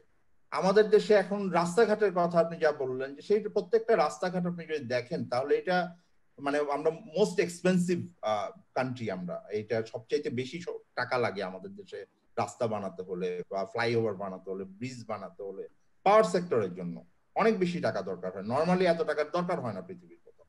তো এইগুলোকে আমরা আসলে ছেড়ে দিব কিনা, এটা তো আমাদের কিন্তু কোভিড-19 এর প্রেক্ষাপটে কিন্তু এটা আরেকবার রিইনফোর্স হচ্ছে। কারণ আসলে আমরা দেখছি যে যখন কোভিড-19 মোকাবেলা করতে গেলাম আমাদের হাতে কিন্তু টাকা পয়সা নাই। আমরা যে শুনছিলাম পকেটে অনেক টাকা, এখন দেখলাম যে অতখানি টাকা পয়সা আমাদের নাই, আমাদের একটা সংকট আছে, এবং এটা পরিষ্কার ভাবেই গত 2-3 বছর এসছে। আর সো এইটা আমার মনে হয় যে বড় করে একটা চিন্তার জায়গা আমাদের আছে, যে আমরা যখন বলছি বিশেষ করে আমরা মানে এইবারে যে বাজেট প্রস্তাবনা আমরা দিয়েছি ইনফ্রাস্ট্রাকচারের জন্য, আর সেইটার ক্ষেত্রে হলো যে এই বিষয়টা আবার ফেরত গিয়ে দেখা দরকার। ফোর্থ এরিয়া হলো যে আমরা ইমপ্লিমেন্টেশনের ক্ষেত্রে ইভেন ইফ ইউ মানে আপনারা যদি আমি ধরে নেই যে ওভার প্রাইসিং হচ্ছে না, তারপরেও আমাদের কতগুলো ইনএফিসিয়েন্সি আছে যেগুলো আমরা দূর করতে পারছি না। এক নাম্বার হলো, প্রথমে হলো প্রজেক্ট ডিজাইনের পিরিয়ড থেকে আমরা দেখছি বড় প্রজেক্ট গুলোতে এইটাকে কিন্তু মানে একটা বড় প্রবলেম থাকে হলো যে এটা ফিজিবিলিটি স্টাডি ঠিক মতো হয় না, যে কারণে প্রজেক্টকে আবার করতে হয়। আমার কাছে কিছু নাম্বারও আছে, আমি চাইলে কেউ যদি বোর না হয় আমি বলতে পারি। সেটা হলো যে আপনি এখনকার যেই এডিপিটা চলছে আপনি যদি সেটা দেখেন তাহলে অ্যাভারেজ আমি দেখছি যে আমাদের 200টার মতো প্রজেক্ট আছে যেগুলো 6 বছরের বেশি এটার বয়স। 29টা প্রজেক্ট আছে এটা 10 থেকে 16.5 বছর পর্যন্ত চলছে, এবং এক একটা প্রজেক্ট 2-3বার করে রিভিশন হচ্ছে। একবার রিভিশন তো ইজ ভেরি কমন, এবং এই রিভিশনের কারণ সবসময় যে আমরা ইমপ্লিমেন্ট করতে পারি না তা না। আমরা একটা জিনিস বানাতে যাই, কিছু দূর বানানোর পরে আমাদের মনে হয় এটার সাথে আরো কিছু জিনিসপত্র লাগবে, সো অ্যাডিশনালি আমরা এটাকে আবার অ্যাড করি। এই প্রবলেমটা কিন্তু আমাদের ভিতরে থাকে। সো আমরা যেটা এখন বলছি যে এটার জন্য আমাদের ওভারঅল ইনফ্রাস্ট্রাকচার আপনারা কিছুটা তুলেছিলেন যে ইনফ্রাস্ট্রাকচারে আমরা এখন কি একটু প্রায়োরিটাইজেশন করবো কিনা, কারণ ওভার দি ইয়ার্স গত 10-15 বছরের যে আমাদের এডিপি বা পাবলিক ইনভেস্টমেন্ট দেখেন, এখানে বড় ইস্যু হলো যে আমরা অনেক বেশি ফিজিক্যাল ইনফ্রাস্ট্রাকচারের দিকে আমরা ইম্পর্টেন্স দিয়েছি, আমরা হেলথ এডুকেশনে দেই নাই। তো দেরি না দেওয়ার কারণে যেটা হয়েছে যে সেই খাতগুলো এখন আমাদের ব্যাকফায়ার করছে। হ্যাঁ, আমরা বিদেশ থেকেও পালাতে পারছে না মানুষজন, হ্যাঁ, তার আগেই মারা যাচ্ছে।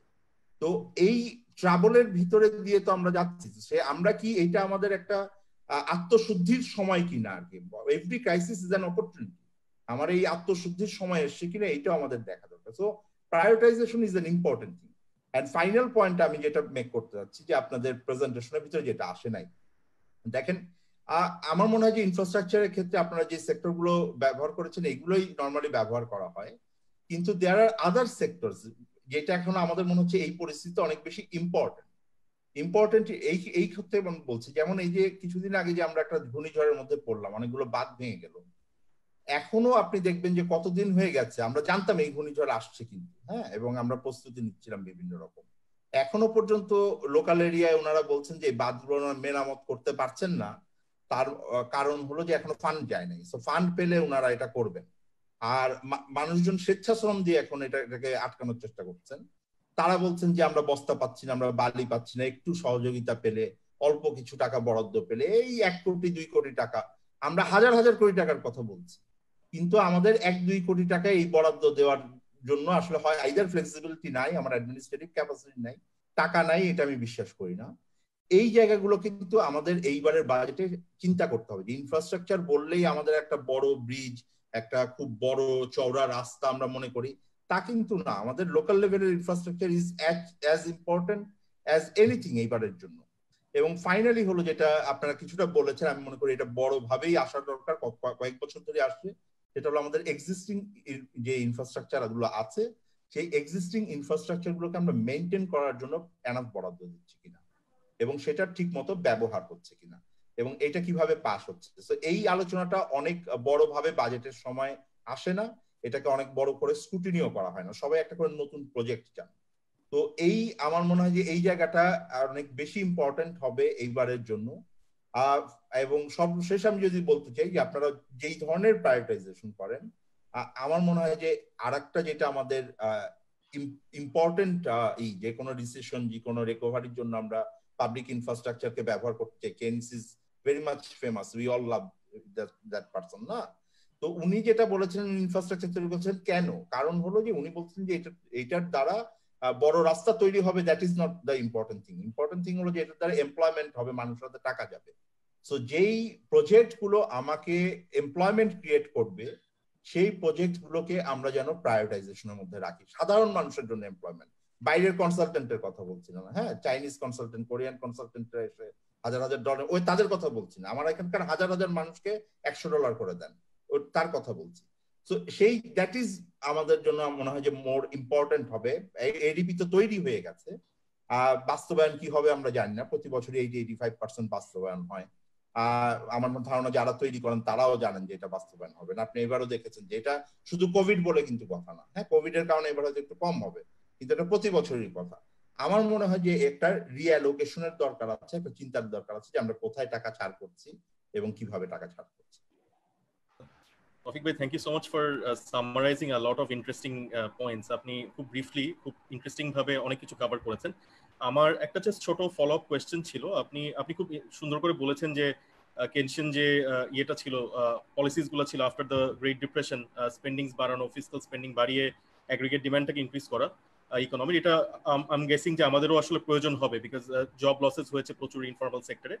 আমি একটু জাস্ট জানতে চাচ্ছিলাম আপনার কাছ থেকে যে স্পেসিফিক্যালি আমাদের, আপনি ফান্ডিং শর্টেজের কথা বলেছেন, ব্যাংকিং সেক্টর থেকে প্রচুর মানে ফান্ডিং নেওয়া হয়েছে, on the other side there is a definite shortage, আমাদের ট্যাক্সেশন রেভিনিউ ডেফিনেটলি ফল করবে। সো গিভেন দ্য ফ্যাক্ট, যদি আমাদের প্রায়োরিটাইজেশন করতে হয়, আমাদের আপনার মনে হয় কোন কোন এরিয়াতে পাওয়ার সেক্টর এবং যদি আমি ইনফ্রাস্ট্রাকচারের কথা বলি, কোন কোন সেক্টর থেকে আমরা কমাতে পারি, কমিয়ে হয়তো আমরা হেলথ কেয়ার কিংবা যেটা বললেন আপনি, হেলথ কেয়ারের কথা বললেন, সোশ্যাল সেফটির কথা বললেন, ওগুলোতে আমরা কোন কোন খাত থেকে নিয়ে ইনভেস্ট করতে পারি, কোনো যদি বলতেন কিছু। আচ্ছা, আমি মানে এটা সেক্টর স্পেসিফিক না, আমরা কিছু ব্রড গাইডলাইনের কথা বলেছি। হ্যাঁ, ব্রড গাইডলাইনের ভিতরে আমরা বোথ পজিটিভ লিস্ট অ্যাপ্রোচ আর নেগেটিভ লিস্ট অ্যাপ্রোচের ভিতরে গেছি। তো পজিটিভ লিস্ট অ্যাপ্রোচের কথা বলি। আপনার কিছু কিছু প্রজেক্ট আছে, এইটাই আপনার অলরেডি আপনি কিছু ফরেন ফার্মের সাথে কন্ট্রাক্ট করা হয়ে গেছে, আপনি এটা থেকে খুব বেশি সরে আসতে পারবেন না আসলে। হ্যাঁ, সো এটাকে একটা মিনিমাম লেভেলে আপনার রাখতে হবে, আদারওয়াইজ মানে পেনাল্টি হতে পারে, আমরা যাই বলি না কেন। সো সেইটা একটা আমার মনে হয় যে গুরুত্বপূর্ণ জায়গা আছে। হ্যাঁ, সো এটা মাথায় রাখতে হবে। যেমন পিপিপি এর কথা এসছে, যে আমরা যে পিপিএ আমরা এখন চাইলেই চেঞ্জ করে ফেলতে পারবো তা না। হ্যাঁ, সমস্যাটা হলো যে পিপিএ চাইলে চেঞ্জ করতে পারবো না, বাট আরবাজ ভাই একটু মাথায় রাখেন যে নেক্সট টাইম যখন পিপিএ হবে তখন আমরা এইগুলো একটু মাথায় রাখতে পারি কিনা, যে আমরা একটু মোর ফ্লেক্সিবিলিটি রাখতে পারি কিনা, মানে গ্লোবাল প্রাইসেস এর সাথে এটাকে অ্যালাইন করবো কিনা। এটা আবার ভয়ও পাই যে বাইরে গেলে কি হবে। হ্যাঁ, কারণ এটা আমাদের মধ্যে ভয় থাকে, তো আমরা একটু মোর ওই যে রিস্ক অ্যাভারশনের পদ্ধতিতে এটাকে ফিক্স করি। তো এইটা একটা আছে, আপনি এটা করতে পারবেন না। কিছু প্রজেক্ট আছে, আপনার অনেকগুলো প্রজেক্ট আছে carry over project. Carry over project মানে এগুলো আগে শেষ হওয়ার কথা ছিল, এগুলো ক্লোজ টু কমপ্লিশন। এইটাকে থামায় রাখাটা ঠিক না। এটাকে আপনার খুব কুইকলি এটাকে কমপ্লিট করলে সেটার বেনিফিটটা পাওয়া যাবে। কারণ আলটিমেটলি আপনি যেটা চিন্তা করতে হবে যে একটা বড় প্রবলেম আমি বলি না, যে প্রজেক্ট একটা আমরা যখন করি পাবলিক ইনভেস্টমেন্টের জন্য, যদি প্রাইভেট ইনভেস্টমেন্টকে অ্যাট্রাক্ট করার জন্যই তো করি, তো ওই প্রাইভেট ইনভেস্টমেন্ট আসবে কখন, যদি এখন এটা শেষ হবে। মানে এখন এই যে পদ্মা ব্রিজ ধরেন আপনি 4,000 কোটি টাকা খরচ করলেন, এই বছর শেষ হলো না, ওই ব্রিজের উপর দিয়ে তো একটা লোকও যাইতে পারবেন। ওটার বেনিফিট যতদিন না শেষ হবে, একটা লোকও কিন্তু এটা মানে এক্সট্রা প্রাইভেট সেক্টরের ইসের জন্য কিন্তু পারবেন না। বাংলাদেশে সমস্যাটা হয়েছে কি, সেটা হলো যে আপনার ধরেন 5 বছর লাগার কথা একটা প্রজেক্ট শেষ হইতে, আমি জানি যে 5 বছর হবে না। অন্য জায়গায় হলে কিন্তু আপনি 5 বছর পরে এই প্রজেক্টটা আসবে চিন্তা করে আপনি প্রাইভেট সেক্টর আগেই ইনভেস্টমেন্টের প্রিপারেশন নিয়ে নিত। হ্যাঁ, তারা তাদের মতো ল্যান্ড তৈরি করা শুরু করতো, তাদের মতো কারখানা তৈরি করা শুরু করতো। এইখানে বাংলাদেশের অভিজ্ঞতা থেকে কোনো প্রাইভেট সেক্টর ইনভেস্টর এটা করবে না। ওইটা আগে শেষ হোক, দেখি হয়েছে কিনা, তারপরে আমরা যাব। এটা হলো অ্যাপ্রোচ। তো আমরা যতখানি এই স্ট্রাকচারাল দুর্বলতা দূর করতে না পারবো, সেটা পারবো না।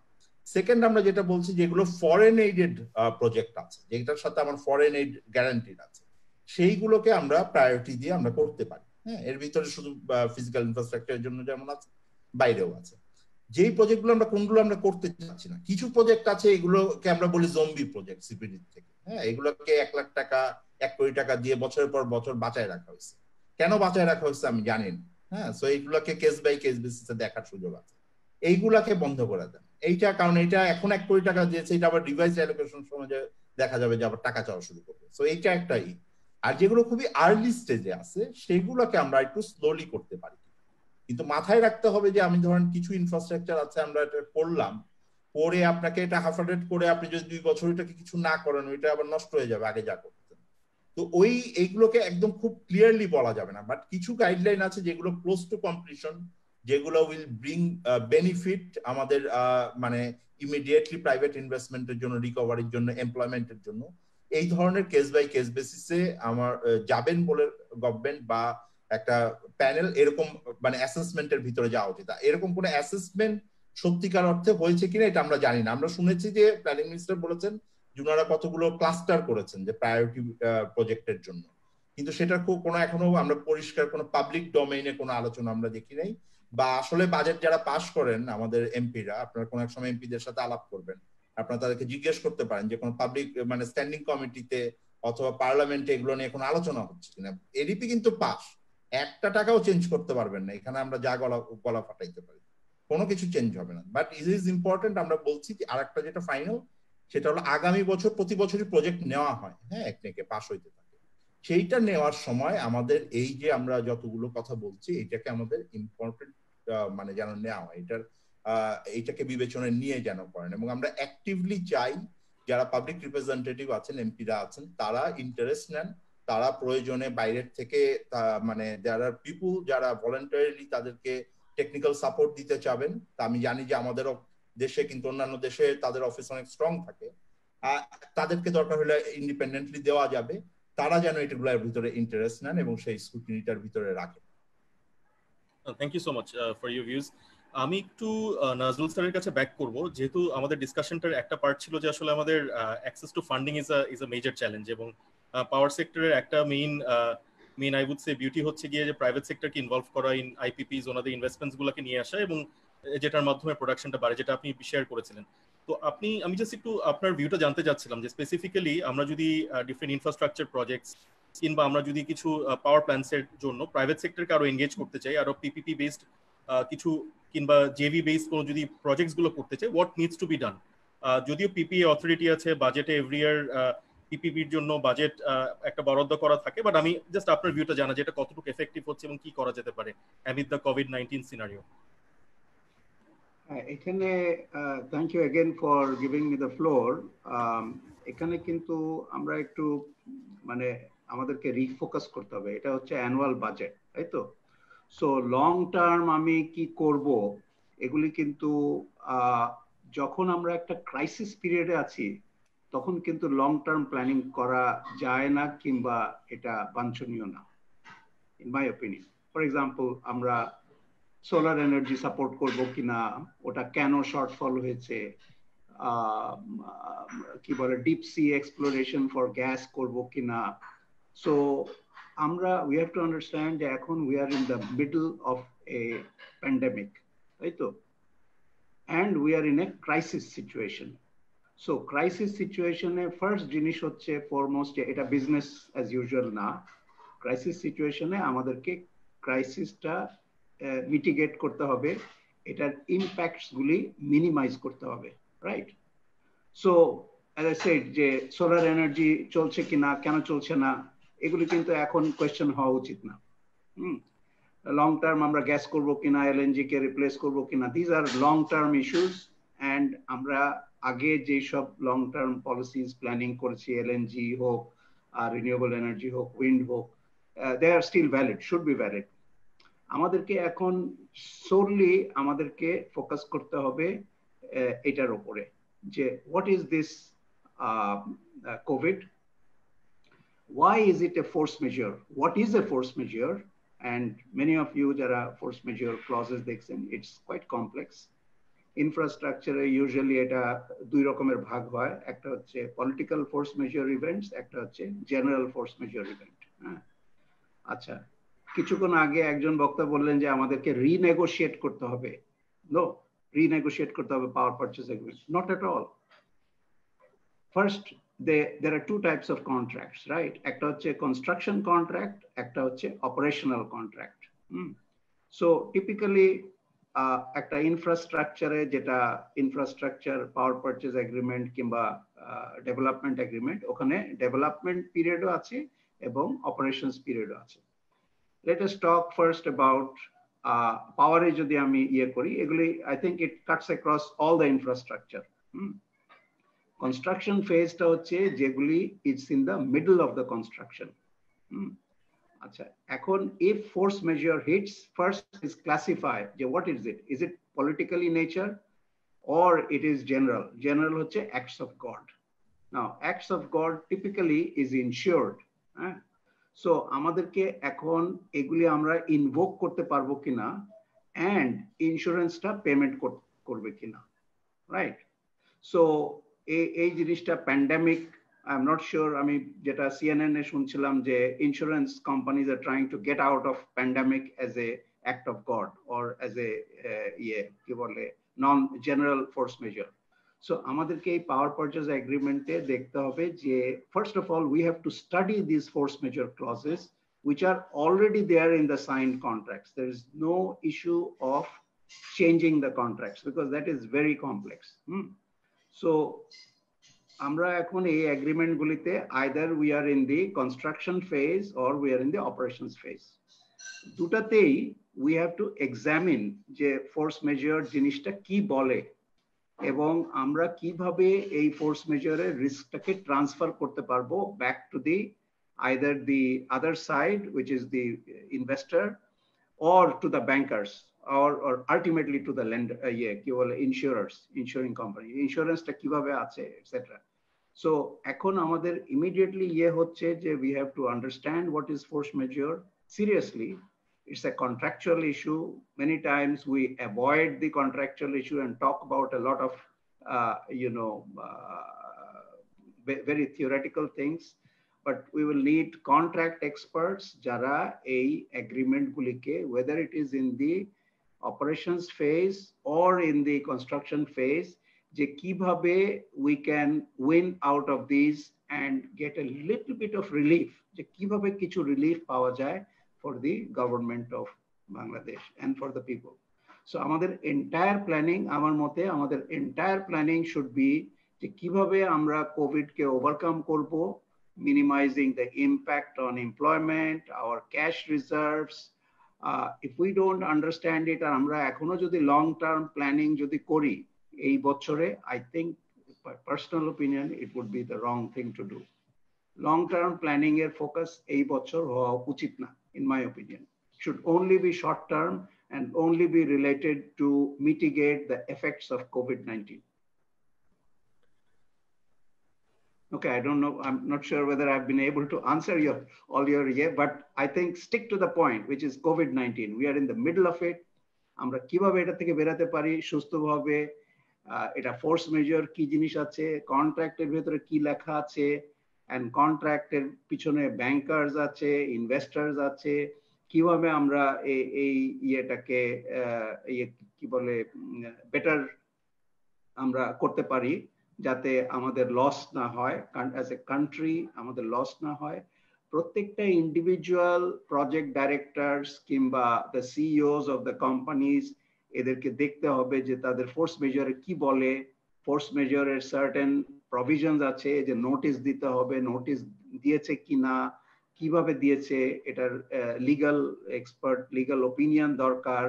যেখানে উইক ফোর্স মেজর আছে সেখানে কি করতে হবে, যেখানে স্ট্রং ফোর্স মেজর আছে সেখানে কি করতে হবে। তারপরে আমরা ইকোনমিটাকে কিভাবে আস্তে আস্তে ওপেন করব, রিওপেন করব, সো দ্যাট এই কন্ট্রাক্টস গুলো ভালোভাবে চলে। Many of these institutions কিংবা facilities might need to be mothballed. Mothballed is a process যেখানে একটা ফ্যাসিলিটিকে হোল্ডিং স্ট্যাটাসে নিয়ে চলে যায়, হ্যাঁ, যে এটার আমি অপারেটর। মেবি কিছুক্ষণ আগে যে বলা হচ্ছিল যে quick rental, maybe we don't need the quick rental, so they need to be mothballed, right? So mothballing প্রসেসটা কিভাবে হবে কন্ট্রাকচুয়ালি এন্ড লিগালি সেটা আমাদেরকে বুঝতে হবে। So there is a whole issue of যে আমাদের প্ল্যানিংটা has to revolve around COVID and কিভাবে আমরা এটাকে মিটিগেট করতে পারবো effects of COVID. That is the centre thing in my opinion and should be handled for this year's budget. এটার জন্য there might be a কি বলে ওটাকে interministerial একটা হয়তো টাস্ক ফোর্স করতে হতে পারে for the planning, because many things are related. So like if the buses transportation যদি হচ্ছে না, আমাদের গুডস আসতেছে না from agricultural produce আসতেছে না, agricultural produce না আসলে we don't have enough to eat in the cities and the prices go up. There are a whole host of things. আমি শুনতেছি যে নর্থ বেঙ্গলে না কোথায় জানি টমেটো বিক্রি হচ্ছে 1 টাকা করে পার কেজি, রাইট? এন্ড দুধ এগুলি ফেলে দেওয়া হচ্ছে। সো এগুলিকে কিভাবে মিটিগেট করা যায়, ট্রান্সপোর্টেশন নেটওয়ার্কটাকে আমাদেরকে কিভাবে করা যায়, কি বলে আরো বেটার করা যেতে পারে to sustain and to mitigate the impacts of So power sector is important, but I think power sector is onek beshi important under current scenario hoche transportation sector, because eta mal niye ashe, eta lok ke niye ashe, and lokder kintu covid hoy, electricity covid hoy na, tai to electricity sector and ICT sector you will find je eguli covid doesn't travel through wires, basic here covid travels through people, through the breathing. So breathing কোথায় হয়, when there is a লোক একসাথে চলাফেরা করে কিংবা আসে এক জায়গা থেকে আরেক জায়গা চলে আসতেছে। So I think for in terms of prioritizing the infrastructure sector, it should be those sectors which are directly related to COVID, and that is main is transportation, because transportation যদি গুডস না আসে আমার factories গুলি চলবে না। আমার electricity sector তো in some respects is actually isolated, হ্যাঁ, পাওয়ার স্টেশনের লোক 200-300 জন একটা কম্বাইন্ড সাইকেল পাওয়ার স্টেশন, ওরা না বেরালেই হলো, মানে কোভিড ঢুকবেই না। Sir, I think we all agree, মানে definitely COVID definitely একটা সেন্টার স্টেজ রাখবে এবার বাজেটের জন্য। আমি জাস্ট ছোট একটা কোয়েশ্চেন করতে যাচ্ছিলাম রেসপেক্টেড প্যানেলিস্টদের সবার কাছে, আপনার যদি রেলেভেন্ট হয় আপনি বলতে পারেন। গিভেন দ্য ফ্যাক্ট দ্যাট একটা ডেফিনেটলি একটা ইন্টারন্যাশনাল ট্রেডে একটা শিফট হচ্ছে, lot of like US China trade ওয়ারের কারণে কিংবা কোভিডের কারণে অনেকে রিথিঙ্ক করছে জাপানিজ ইনভেস্টরদেরকে গভর্নমেন্ট $2.2 বিলিয়ন এর একটা সাবসিডি দেওয়ার প্ল্যান করেছে, এবং ইউরোপিয়ান অনেক প্রডিউসার্সও আছে যারা মুভ করছে। So it's also, although we have to focus on COVID, but this is also a historic opportunity for a country like Bangladesh, যেখানে আমাদের competing countries যেটা ভিয়েতনাম কিংবা ইন্ডিয়া, তারা already they have started the process, although BIRA is starting this process, but end of the day আপনাদের বাজেটের perspective থেকে কি কোনো ইনসেন্টিভ কিংবা কিছু কি allocate করা যায় in order to facilitate the process of attracting investment, at least for the next 2 years?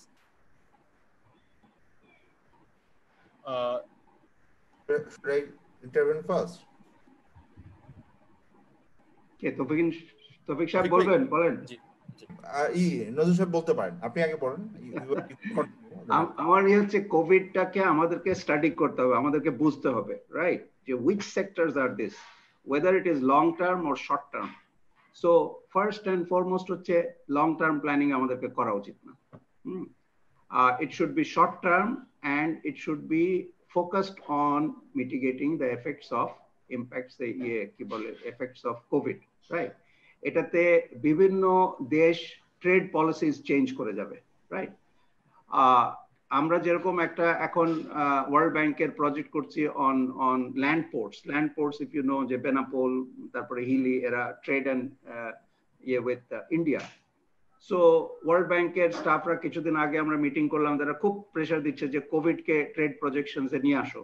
And I said, look, it is impossible. We don't have any COVID expert. And we cannot outthink India. যে India post-COVID, তারা trade policies কি হবে? How can I know? I cannot know. So import and export কি হবে through the land ports? It's very difficult to understand. So আমাদেরকে যেটা করতে হবে যে we have to have contingency planning, যে এখন আমরা একটা ল্যান্ড পোর্ট কিংবা ওটাকে এক্সপ্যানশন করলাম, ইনভেস্টমেন্ট করলাম, তারপরে 3 বছর পরে দেখলাম যে ওটার যে ফেজ 2 ছিল, we can make it, maybe phase it out, আর ফেজ 2 টাকে ডিলে করলাম if the traffic does not eventuate, etc. So there are other ways of countering what India will do, which is in our infrastructure planning, by trying to design into it. আমরা একটা জিনিস বড় design করব এখন, নাকি 3টা জিনিস ছোট ছোট ডিজাইন করব two counter effects the traffic যেটা সেটা ইভেন্চুয়েট করলো না। বিকজ পাওয়ার প্ল্যান্টে এটা করা হয় যে উই ডু ইউনিটাইজড প্ল্যানিং। 100 মেগাওয়াটের এখন লাগাবো, আরেকটা 100 মেগাওয়াটের আরেকটা লাগাবো, আর 300 মেগাওয়াটের এখন লাগাবো, না 100 মেগাওয়াটের 3 বারে লাগাবো, রাইট? 3 বারে লাগানোটার বেনিফিট হচ্ছে যে you can when you come to the phase 2 or phase 3, তখন you can study যে আমার ডিমান্ডটা is it growing as I had projected. Because অনেক সময়, বেশিরভাগই সময় বাংলাদেশে we are too optimistic, especially government projects গুলি very optimistic in their কি বলে projection and demand. যারা মনে করে যে একটা বড় প্রজেক্ট আমরা নিয়ে নেই, এখানে এফিশিয়েন্সি, তৌফিকুল ইসলাম সাহেব খানের চলে আসতেছে, এফিসিয়েন্সি, একটা বড় প্রজেক্ট নেওয়া is more Prestige, more everything, I get to we have more budget to work with. So এখন we have to go downsize, smaller size, because there is a lot of uncertainty in the country, and not only in the country, all over the world. We just don't know what they will do. So এই যে garment গুলি বন্ধ করে দিই। আমি really sorry, আমাকে একটু cut off করতে হবে, আমাদের আসলে আস্তে আস্তে অলমোস্ট ক্লোজ করে নিয়ে আসবো। আমি একটু টপিক ভাইয়ের কাছে যাই। ওনার really sorry for interrupting you. না, আমি কুইকলি বলি, আমি pretty much in line with Nazrul সাহেব। হ্যাঁ, মানে উনি যে যা বলেছেন এটা আমার মনে হয় যে খুবই important. This is very important. আমি যেটা বলছেন যে elephant in the room is COVID-19. আমাদের এখন ফুল ফোকাস হওয়া উচিত সেইটা। সো সেইটা আমাদের একটাই, যেটাই আমি অ্যাডিশনে বলছি সেটা হলো যে তার এট দ্য সেম টাইম আমাদের হয়তো মিডিয়াম টার্ম যে ইস্যুস গুলো আছে এইটার ব্যাপারে আমাদের যে হোমওয়ার্ক যেটা আমি বলি সেইটা আমরা কন্টিনিউ করতে পারি, but we should not jump into medium term planning. আমাদের অন্তত 1 বছরে আমাদের দেখতে হবে যে কি আনসার্টেন আছে। আপনি যেটা বলছেন যে ইনসেন্টিভাইজ করা, ডেফিনেটলি দেয়ার আর অপরচুনিটিস, এবং আমাদের এইগুলো নিগোশিয়েট করতে হবে, এবং বিডা করছে। বাট নতুন করে ইনসেন্টিভ দেওয়ার মতো আসলে আমি যতটুকু জানি আর কিছু নাই। আমরা সব দিয়ে ফেলছি, তারপরেও আমরা পাই না এফডি। হ্যাঁ, এটা হলো ট্রু। কেন পাই না? বিকজ আমাদের অন্য জায়গায় সমস্যা। এটা ইনসেন্টিভের প্রবলেম না। আপনি নতুন করে ট্যাক্স দিলে যে হবে এরকম কোনো ব্যাপার নাই। এটার কারণ হলো যে আমি তাকে কুইকলি ল্যান্ড দিতে পারবো কিনা, আমার এসইজেড গুলো তৈরি হচ্ছে কিনা, তো সেই জায়গায় আমরা দিতে পারছি কিনা। আমি শুনছি যে সেই জায়গাটা একটা আলোচনা হচ্ছে, যে জায়গাটা মোটামুটি প্রিপেয়ার্ড ল্যান্ড আছে ওই জায়গাটায় তাদেরকে ফাস্ট ট্র্যাক করা, সেটা করা যাইতে পারে, সেটা ইজ নট দ্য ইস্যু। তারা কুইকলি লাইসেন্সিং গুলো করা, all the red tapes that we talk about, হ্যাঁ, কষ্ট মানে ইজ অফ ডুইং বিজনেস এর ভিতরে যেটা আছে, তাদেরকে কুইকলি পাওয়ার কানেকশন দেওয়া, এইগুলোর জন্য কিন্তু এগুলো কোনো ইনসেন্টিভ না। কিন্তু আসলে বহির্বিশ্বে যদি আপনি এগুলো বলেন না যে এগুলো ইনসেন্টিভ, মানুষ আসবে, because these are not incentive, এগুলো নর্মালি হওয়ার কথা। তো সেইগুলো আমরা করতে পারি, দ্যার ইজ নো মানে এটার মধ্যে কোনো প্রবলেমই নাই, বরং এটা যদি আমরা করতে পারি আমরা খুশি হব। কিন্তু নতুন করে আর একটা ট্যাক্স ইনসেন্টিভ দেওয়ার আমি মনে করি না যে কোনো জায়গা আছে, মানে প্রয়োজনও নাই, it's already there in the system. Thank you. আমরা তাহলে একটু গ্র্যাজুয়ালি ক্লোজিং এর দিকে চলে যাই। আমরা হয়তো 5 মিনিট একটু এক্সট্রা নিতে পারি, আমাদের যদি 9টা শেষ করার কথা, বা আমাদের হয়তো ক্লোজ করতে করতে 5 মিনিট লেগে যেতে পারে। আপনাদের সবার কাছ থেকে আমরা জাস্ট 5 মিনিট চেয়ে নিচ্ছি। আমি একটু কামরুল ভাইকে দিয়ে শুরু করি। আমাদের জাস্ট সিন্স আমরা একটা ক্লোজিং এর দিকে চলে এসেছি, জাস্ট আপনার যদি কোনো ক্লোজিং রিমার্কস থাকে, কিছু যদি শেয়ার করার থাকে আমাদের অডিয়েন্সদের সাথে, প্লিজ একটু শেয়ার করবেন। ধন্যবাদ। আমি তৌফিক ভাইয়ের সাথে একটু অ্যাড করতে চাই। তৌফিক ভাই বলেছেন যে প্রজেক্টগুলো কিভাবে বাস্তবায়ন করা উচিত, কিভাবে প্রায়োরিটাইজ করা উচিত, সেদিকে আমাদেরকে ফোকাস করতে হবে। সেই সাথে আমি মনে করি আসলে টাইমলি প্রজেক্ট ইমপ্লিমেন্টেশনের যে ইস্যুটা আছে সেটা কিন্তু অনেকদিন ধরে আলোচনা আছে। তৌফিক ভাই স্ট্যাটিস্টিক্সও দিয়েছেন যে কতগুলা প্রজেক্ট ওভাররান হচ্ছে, টাইম ওভাররান হচ্ছে। টাইম ওভাররান হওয়া মানে কিন্তু কস্ট ওভাররান হওয়া, এটি আমরা দেখতে পাচ্ছি। সুতরাং এই জায়গাটাতে কিন্তু আমাদের এখন খুব ইম্পর্টেন্সের সাথে ফোকাস করতে হবে। কারণ হচ্ছে কি যে প্রজেক্ট যেগুলো যদি টাইমলি বাস্তবায়ন করতে না পারি আমরা, তাহলে কিন্তু আমাদের অর্থনীতির চাকা সচল হবে না। কারণ আপনারা জানেন যে বাংলাদেশের ডেভেলপমেন্টটা কিন্তু প্রজেক্ট বেসড ডেভেলপমেন্ট। আমাদের পাবলিক সেক্টর থেকে ডেভেলপমেন্ট ওয়ার্কগুলো কিন্তু প্রজেক্টের মাধ্যমে হয়। সুতরাং প্রজেক্টের চাকা যদি টাইমলি ঘোরে, এফিশিয়েন্টলি ঘোরে, তাহলে কিন্তু আমাদের ইকোনমির চাকাও টাইমলি এবং এফিশিয়েন্টলি ঘোরার কথা। তো এখানে আমি যেটি বলতে চাই যে আপনারা জানেন যে 2014-15 সাল থেকে বাংলাদেশে অ্যানুয়াল পারফরমেন্স এগ্রিমেন্ট সিস্টেম চালু হয়েছে পাবলিক সেক্টরে পারফরমেন্সটাকে মেজার করার জন্য এবং আপনার এটিকে মনিটর করার জন্য। তো আমরা যদি মন্ত্রণালয় ভিত্তিক বা বিভাগ ভিত্তিক কোনো এই পারফরমেন্স এগ্রিমেন্টের মধ্যে এমন ইন্ডিকেটর বা টার্গেট সেট করতে পারি যে মন্ত্রণালয় এবং বিভাগ টাইমলি প্রজেক্ট ইমপ্লিমেন্ট করবে তাকে যদি আমরা ইনসেন্টিভাইজ করতে পারি এবং যারা করতে পারবে না তাদেরকে যদি আমরা স্যাংশনস মেকানিজমের মধ্যে আনতে পারি, তাহলে কিন্তু একটি ইনস্টিটিউশনালাইজেশনের দিকে যাবে এই প্রজেক্ট ইমপ্লিমেন্টেশনটা টাইমলি করার বিষয়ে। এবং এই ক্ষেত্রে কিন্তু আপনার যে অর্গানাইজেশনাল ফেলিওর বলেন বা কন্ট্রাকচুয়াল ফেলিওর বলেন, সেগুলোকে কিন্তু কনসিডারেশনে নিয়ে আসতে হবে। তাহলে আমি মনে করি যে এই প্রজেক্টগুলো যেগুলো আসলে বেসিক্যালি ইমপ্লিমেন্টেড হয় সিভিল সার্ভেন্টদের দ্বারা, মিনিস্ট্রি ডিপার্টমেন্টের মাধ্যমে, তো সেই ক্ষেত্রে এইখানে এক ধরনের বাধ্যবাধকতা সৃষ্টি করা সম্ভব বলে আমি মনে করি। এবং একই সাথে তৌফিক ভাইয়ের সাথে আমি অ্যাড করতে চাই যে যেই প্রজেক্টগুলোকে প্রায়োরিটাইজেশনের মাধ্যমে আমরা কাটছাট করতে পারি, একই সাথে যে অনগোয়িং প্রজেক্টগুলো আছে সেগুলো কিন্তু প্রজেক্টের যে খরচ সেটিকেও কিন্তু আমরা কমায় নিয়ে আসতে পারি। আপনারা দেখবেন যে প্রজেক্ট বাস্তবায়নের ক্ষেত্রে কিছু মেজর হেড আছে যেগুলো সাবস্টেন্সিয়ালি খরচ করার জন্য ব্যবহৃত হয়, আবার কিছু জায়গা আছে যেগুলো সাবসিডিয়ারি খাত। ফর এক্সাম্পল আমরা প্রজেক্টে দেখি যে ইকুইপমেন্ট কেনার ক্ষেত্রে বা প্রকিউরমেন্টের ক্ষেত্রে আমরা কম্পিউটার কিনি, ল্যাপটপ কিনি, গাড়ি কিনি। তো এইখানে এই ফর দ্য টাইম বিং এই কোভিড-19 এর কারণে এই যেগুলো আননেসেসারি, এই মুহূর্তেই নেসেসারি নয়, সেই খরচগুলোকে কিন্তু আমরা বাদ দিয়ে যে প্রজেক্টের যে কস্ট, টোটাল কস্ট, সেটাকে কিন্তু আমরা কমায় নিয়ে আসতে পারি। আপনাকে ধন্যবাদ। Thank you. আমি যদি একটু এখন আরবাজের কাছে যাই for his closing statements. So in the closing, I'll pick up on the discussion that both Nazrul sir and Tawfiq bhai raised as well around the fact that short-termism versus long-termism. It's like this is a age-old economic debate. The Maynards versus the monetarists and the Friedmans. It's always been the case, but the problem is, whenever we look at short-term, we tend to forget the long-term, and whenever we look at the long-term, everybody's already dead in the short-term.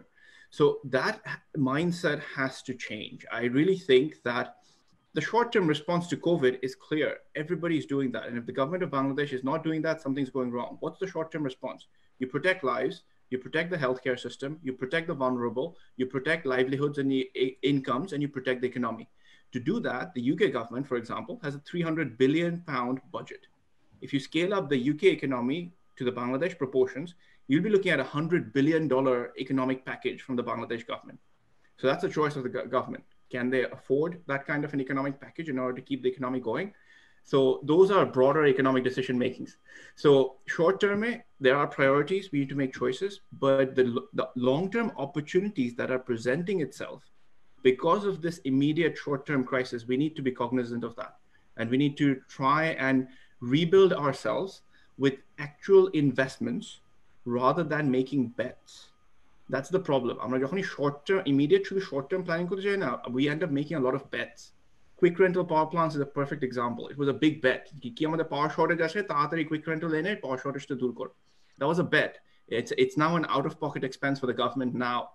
So short-term issues and risks need to be addressed in the short term with a view towards the medium and long-term planning for the country. That's where I'll leave myself. Thank you, Arbaaz. আমি তৌফিক ভাইয়ের কাছে যেতে যাচ্ছিলাম, ওনার just parting comments যদি কিছু থাকে আপনি শেয়ার করতে চান। Thank you. No, I agree with Kamrul ভাই। যেটা আমি কামরুল ভাই বলছিলেন যে কিছু জায়গায় আমরা এটা আমরা বলছি যে কোন কোন জায়গায় আমরা খরচ কমিয়ে আর একটু এফিশিয়েন্সি করতে পারি। আমার মনে হয় কামরুল ভাই আমরা মানে আমি আমার পার্সোনালি যদি বলেন যে কম্পিউটার যদি ভাই কিনেও তাহলে ওটা ওই 60,000 80,000 টাকার ভিতরে কিনলে ভালো আর কি। ওইটা ওই যে 4 লাখ টাকা দিয়ে কিনছে 5 লাখ টাকা দিয়ে কিনছে তখন মনের ভিতরে কষ্টটা হয় আর কি। হ্যাঁ, গাড়ি কিনবে না কিনতে পারলে ভালো, কিন্তু কিনলেও যেন এটাকে একটা মানে মার্কেট প্রাইসের ভিতরে থাকে। হ্যাঁ, মানে এখন তো বালিশ এবং এটা কিন্তু শুধুমাত্র একটা দুটা প্রজেক্টের ব্যাপার না। সো এইটা really we have to go into the drawing board, আবার ফেরত যাওয়া প্রত্যেকটা পিডি। এবং আমার যেটা আপনি I was very positive about APS system গভর্নমেন্টের যে যখন এটা করা হয়। প্রবলেম হলো যে ওটাকে এজেন্সি নিয়ে ওইটার আমি বুঝি না যে পরে গিয়ে এটাকে আমি কি করবো। এখন ধরেন হেলথ মিনিস্ট্রি আমার বাজেট খরচ করতে পারে না, আমরা জানি। তা আমরা কি এখন হেলথ মিনিস্ট্রিকে বাজেট দিব না? That is not the problem. Problem হলো যে এক্সিকিউট করতে পারছে না এটাকে পার্সোনাল লেভেলের এপিএতে নামায় আনতে হবে।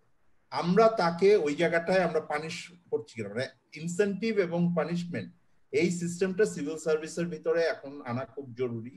এবং এগুলো নিয়ে অনেকগুলো আমার এখন লাস্ট টাইম যে প্ল্যানিং মিনিস্টার ছিলেন এখন অনারেবল ফাইন্যান্স মিনিস্টার, তিনি কতগুলো কথাও বলেছেন যে সিঙ্গেল প্রজেক্টে পিডি ওভাবে রাখা, পিডিটা যেন প্রজেক্ট লিঙ্গার করতে না পারে, অনেকগুলো কমিটমেন্ট উনি করেছেন। প্রবলেম হলো যে আমরা we have good policies and good এটা বাস্তবায়ন করতে পারি না। সো আমার মনে হয় যে ইটস রিয়েলি আমাদের কিছুটা ম্যাক্রো যেমন বলি মাইক্রো লেভেলেও আমাদেরকে এটা নামায় নিয়ে আসতে। Thank you. No, thank you for your views.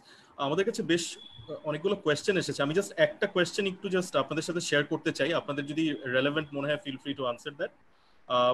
নাজওয়া Tasin নামে একজন লিখেছেন যে পার্টিকুলারলি পাওয়ার সেক্টরে প্রিডমিনেন্টলি মেল ডমিনেটেড এবং ফিমেলদের পার্টিসিপেশনটা খুবই কম। সো কোনো যদি ইনসেন্টিভ মেকানিজম কিংবা কোনো ওয়ে বের করা যায়, মেবি বাজেটের মাধ্যমে হতে পারে, through which females can be incentivized or the power sector can actually take in more females, gender inclusive যাতে workforce টা হয়। সো আপনাদের যদি কারো কিছু ভিউ শেয়ার করা থাকে please feel free to share, কিংবা আপনাদের কোনো আনসার থাকে। I have an example to share. In Nepal, it's a constitutional requirement to have a 50-50 participation of men and women in the workforce in the power sector. It's a constitutional requirement. NEA now is then trying to proactively recruit more females throughout their business. So you can just put it in the law if required. ADB, it's a mandatory requirement to have a 50-50 gender split.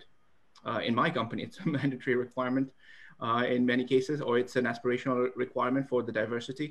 It's a broader diversity requirement that we have. So there are many ways to fix it if it is a problem. I don't know if it's an actual problem. But if it's a problem, there are multiple ways of fixing it. Thank you.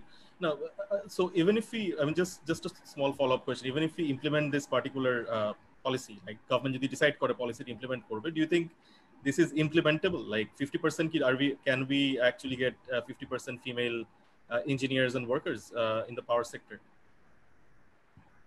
What do you, Nazrul sir kinba Arbaaz? Why not? Let me share with it.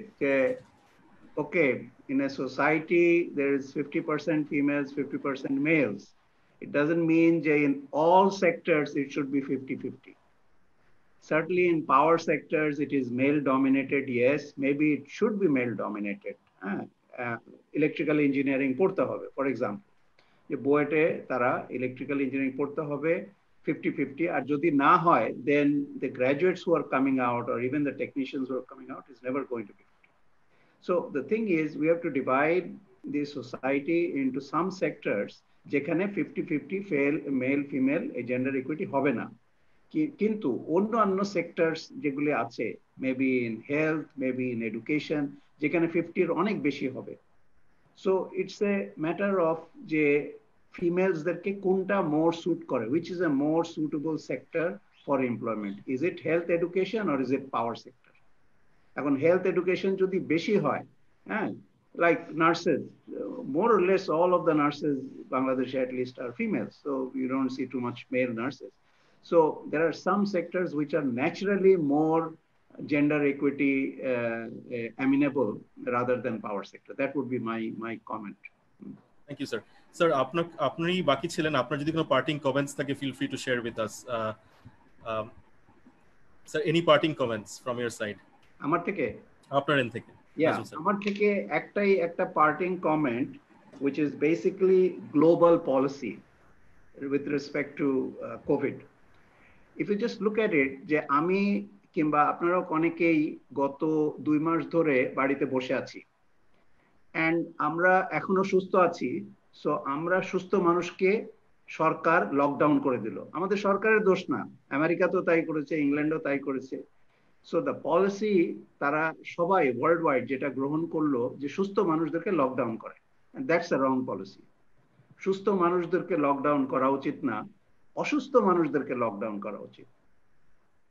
and because তাদেরকে আইডেন্টিফিকেশনে problem হলো যে কে অসুস্থ কে সুস্থ, সব সুস্থকে lockdown করে দিল all over the world. খালি কয়েকজন করে নাই, তারা অন্যদিকে গেছে। অসুস্থ যারা তাদেরকে আমি লকডাউন করব কিংবা আইসোলেট করব, which is called testing, কি বলে, testing, tracking and isolation. So first and foremost হচ্ছে যে আমাদের কোভিড রেসপন্সের যে পলিসিটা, America, UK, all developed countries, except a few, we have been wrong. আমরা সুস্থ মানুষ like you and me কে 2 মাস ধরে লকডাউন করে রেখেছি, এখনো রিলিজড হয় নাই, which is a wrong thing because it destroys the economy. So to get the economy going, we have to go to the alternate one, যে আমরা অসুস্থকে, আমি সিম্পল ল্যাঙ্গুয়েজে বলছি, অসুস্থকে লকডাউন করতে হবে, নট সুস্থ, because সুস্থ মানুষকে লকডাউন করলে you destroy the economy, there is unemployment problems, there is a whole host of other problems of production and society.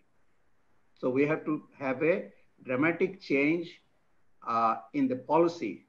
And সেই সুস্থ, you can see যে অসুস্থ মানুষকে মানে আইডেন্টিফাই করো, টেস্টে কত মিনিট লাগে, কত ঘন্টা লাগে, কিভাবে ট্র্যাক করব, ও অসুস্থ কত দিনে হয়েছে, সে কোভিড-19 সে ছোঁয়া পেয়েছে, এবং তাকে কিভাবে আইসোলেট করব, কিভাবে ধরবো, কিভাবে ট্র্যাক করব, all of this things Korea এবং কয়েকটা দেশ করেছে খুব satisfactorily.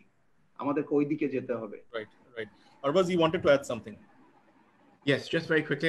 I appreciate that we are nearly out of time. So one thing I just want to add, so the gender appropriateness of suitable sectors and jobs is a very dangerous mindset to get into for anybody within the entire country and the global economy. Anybody, anywhere. There is nothing called gender appropriateness of a job.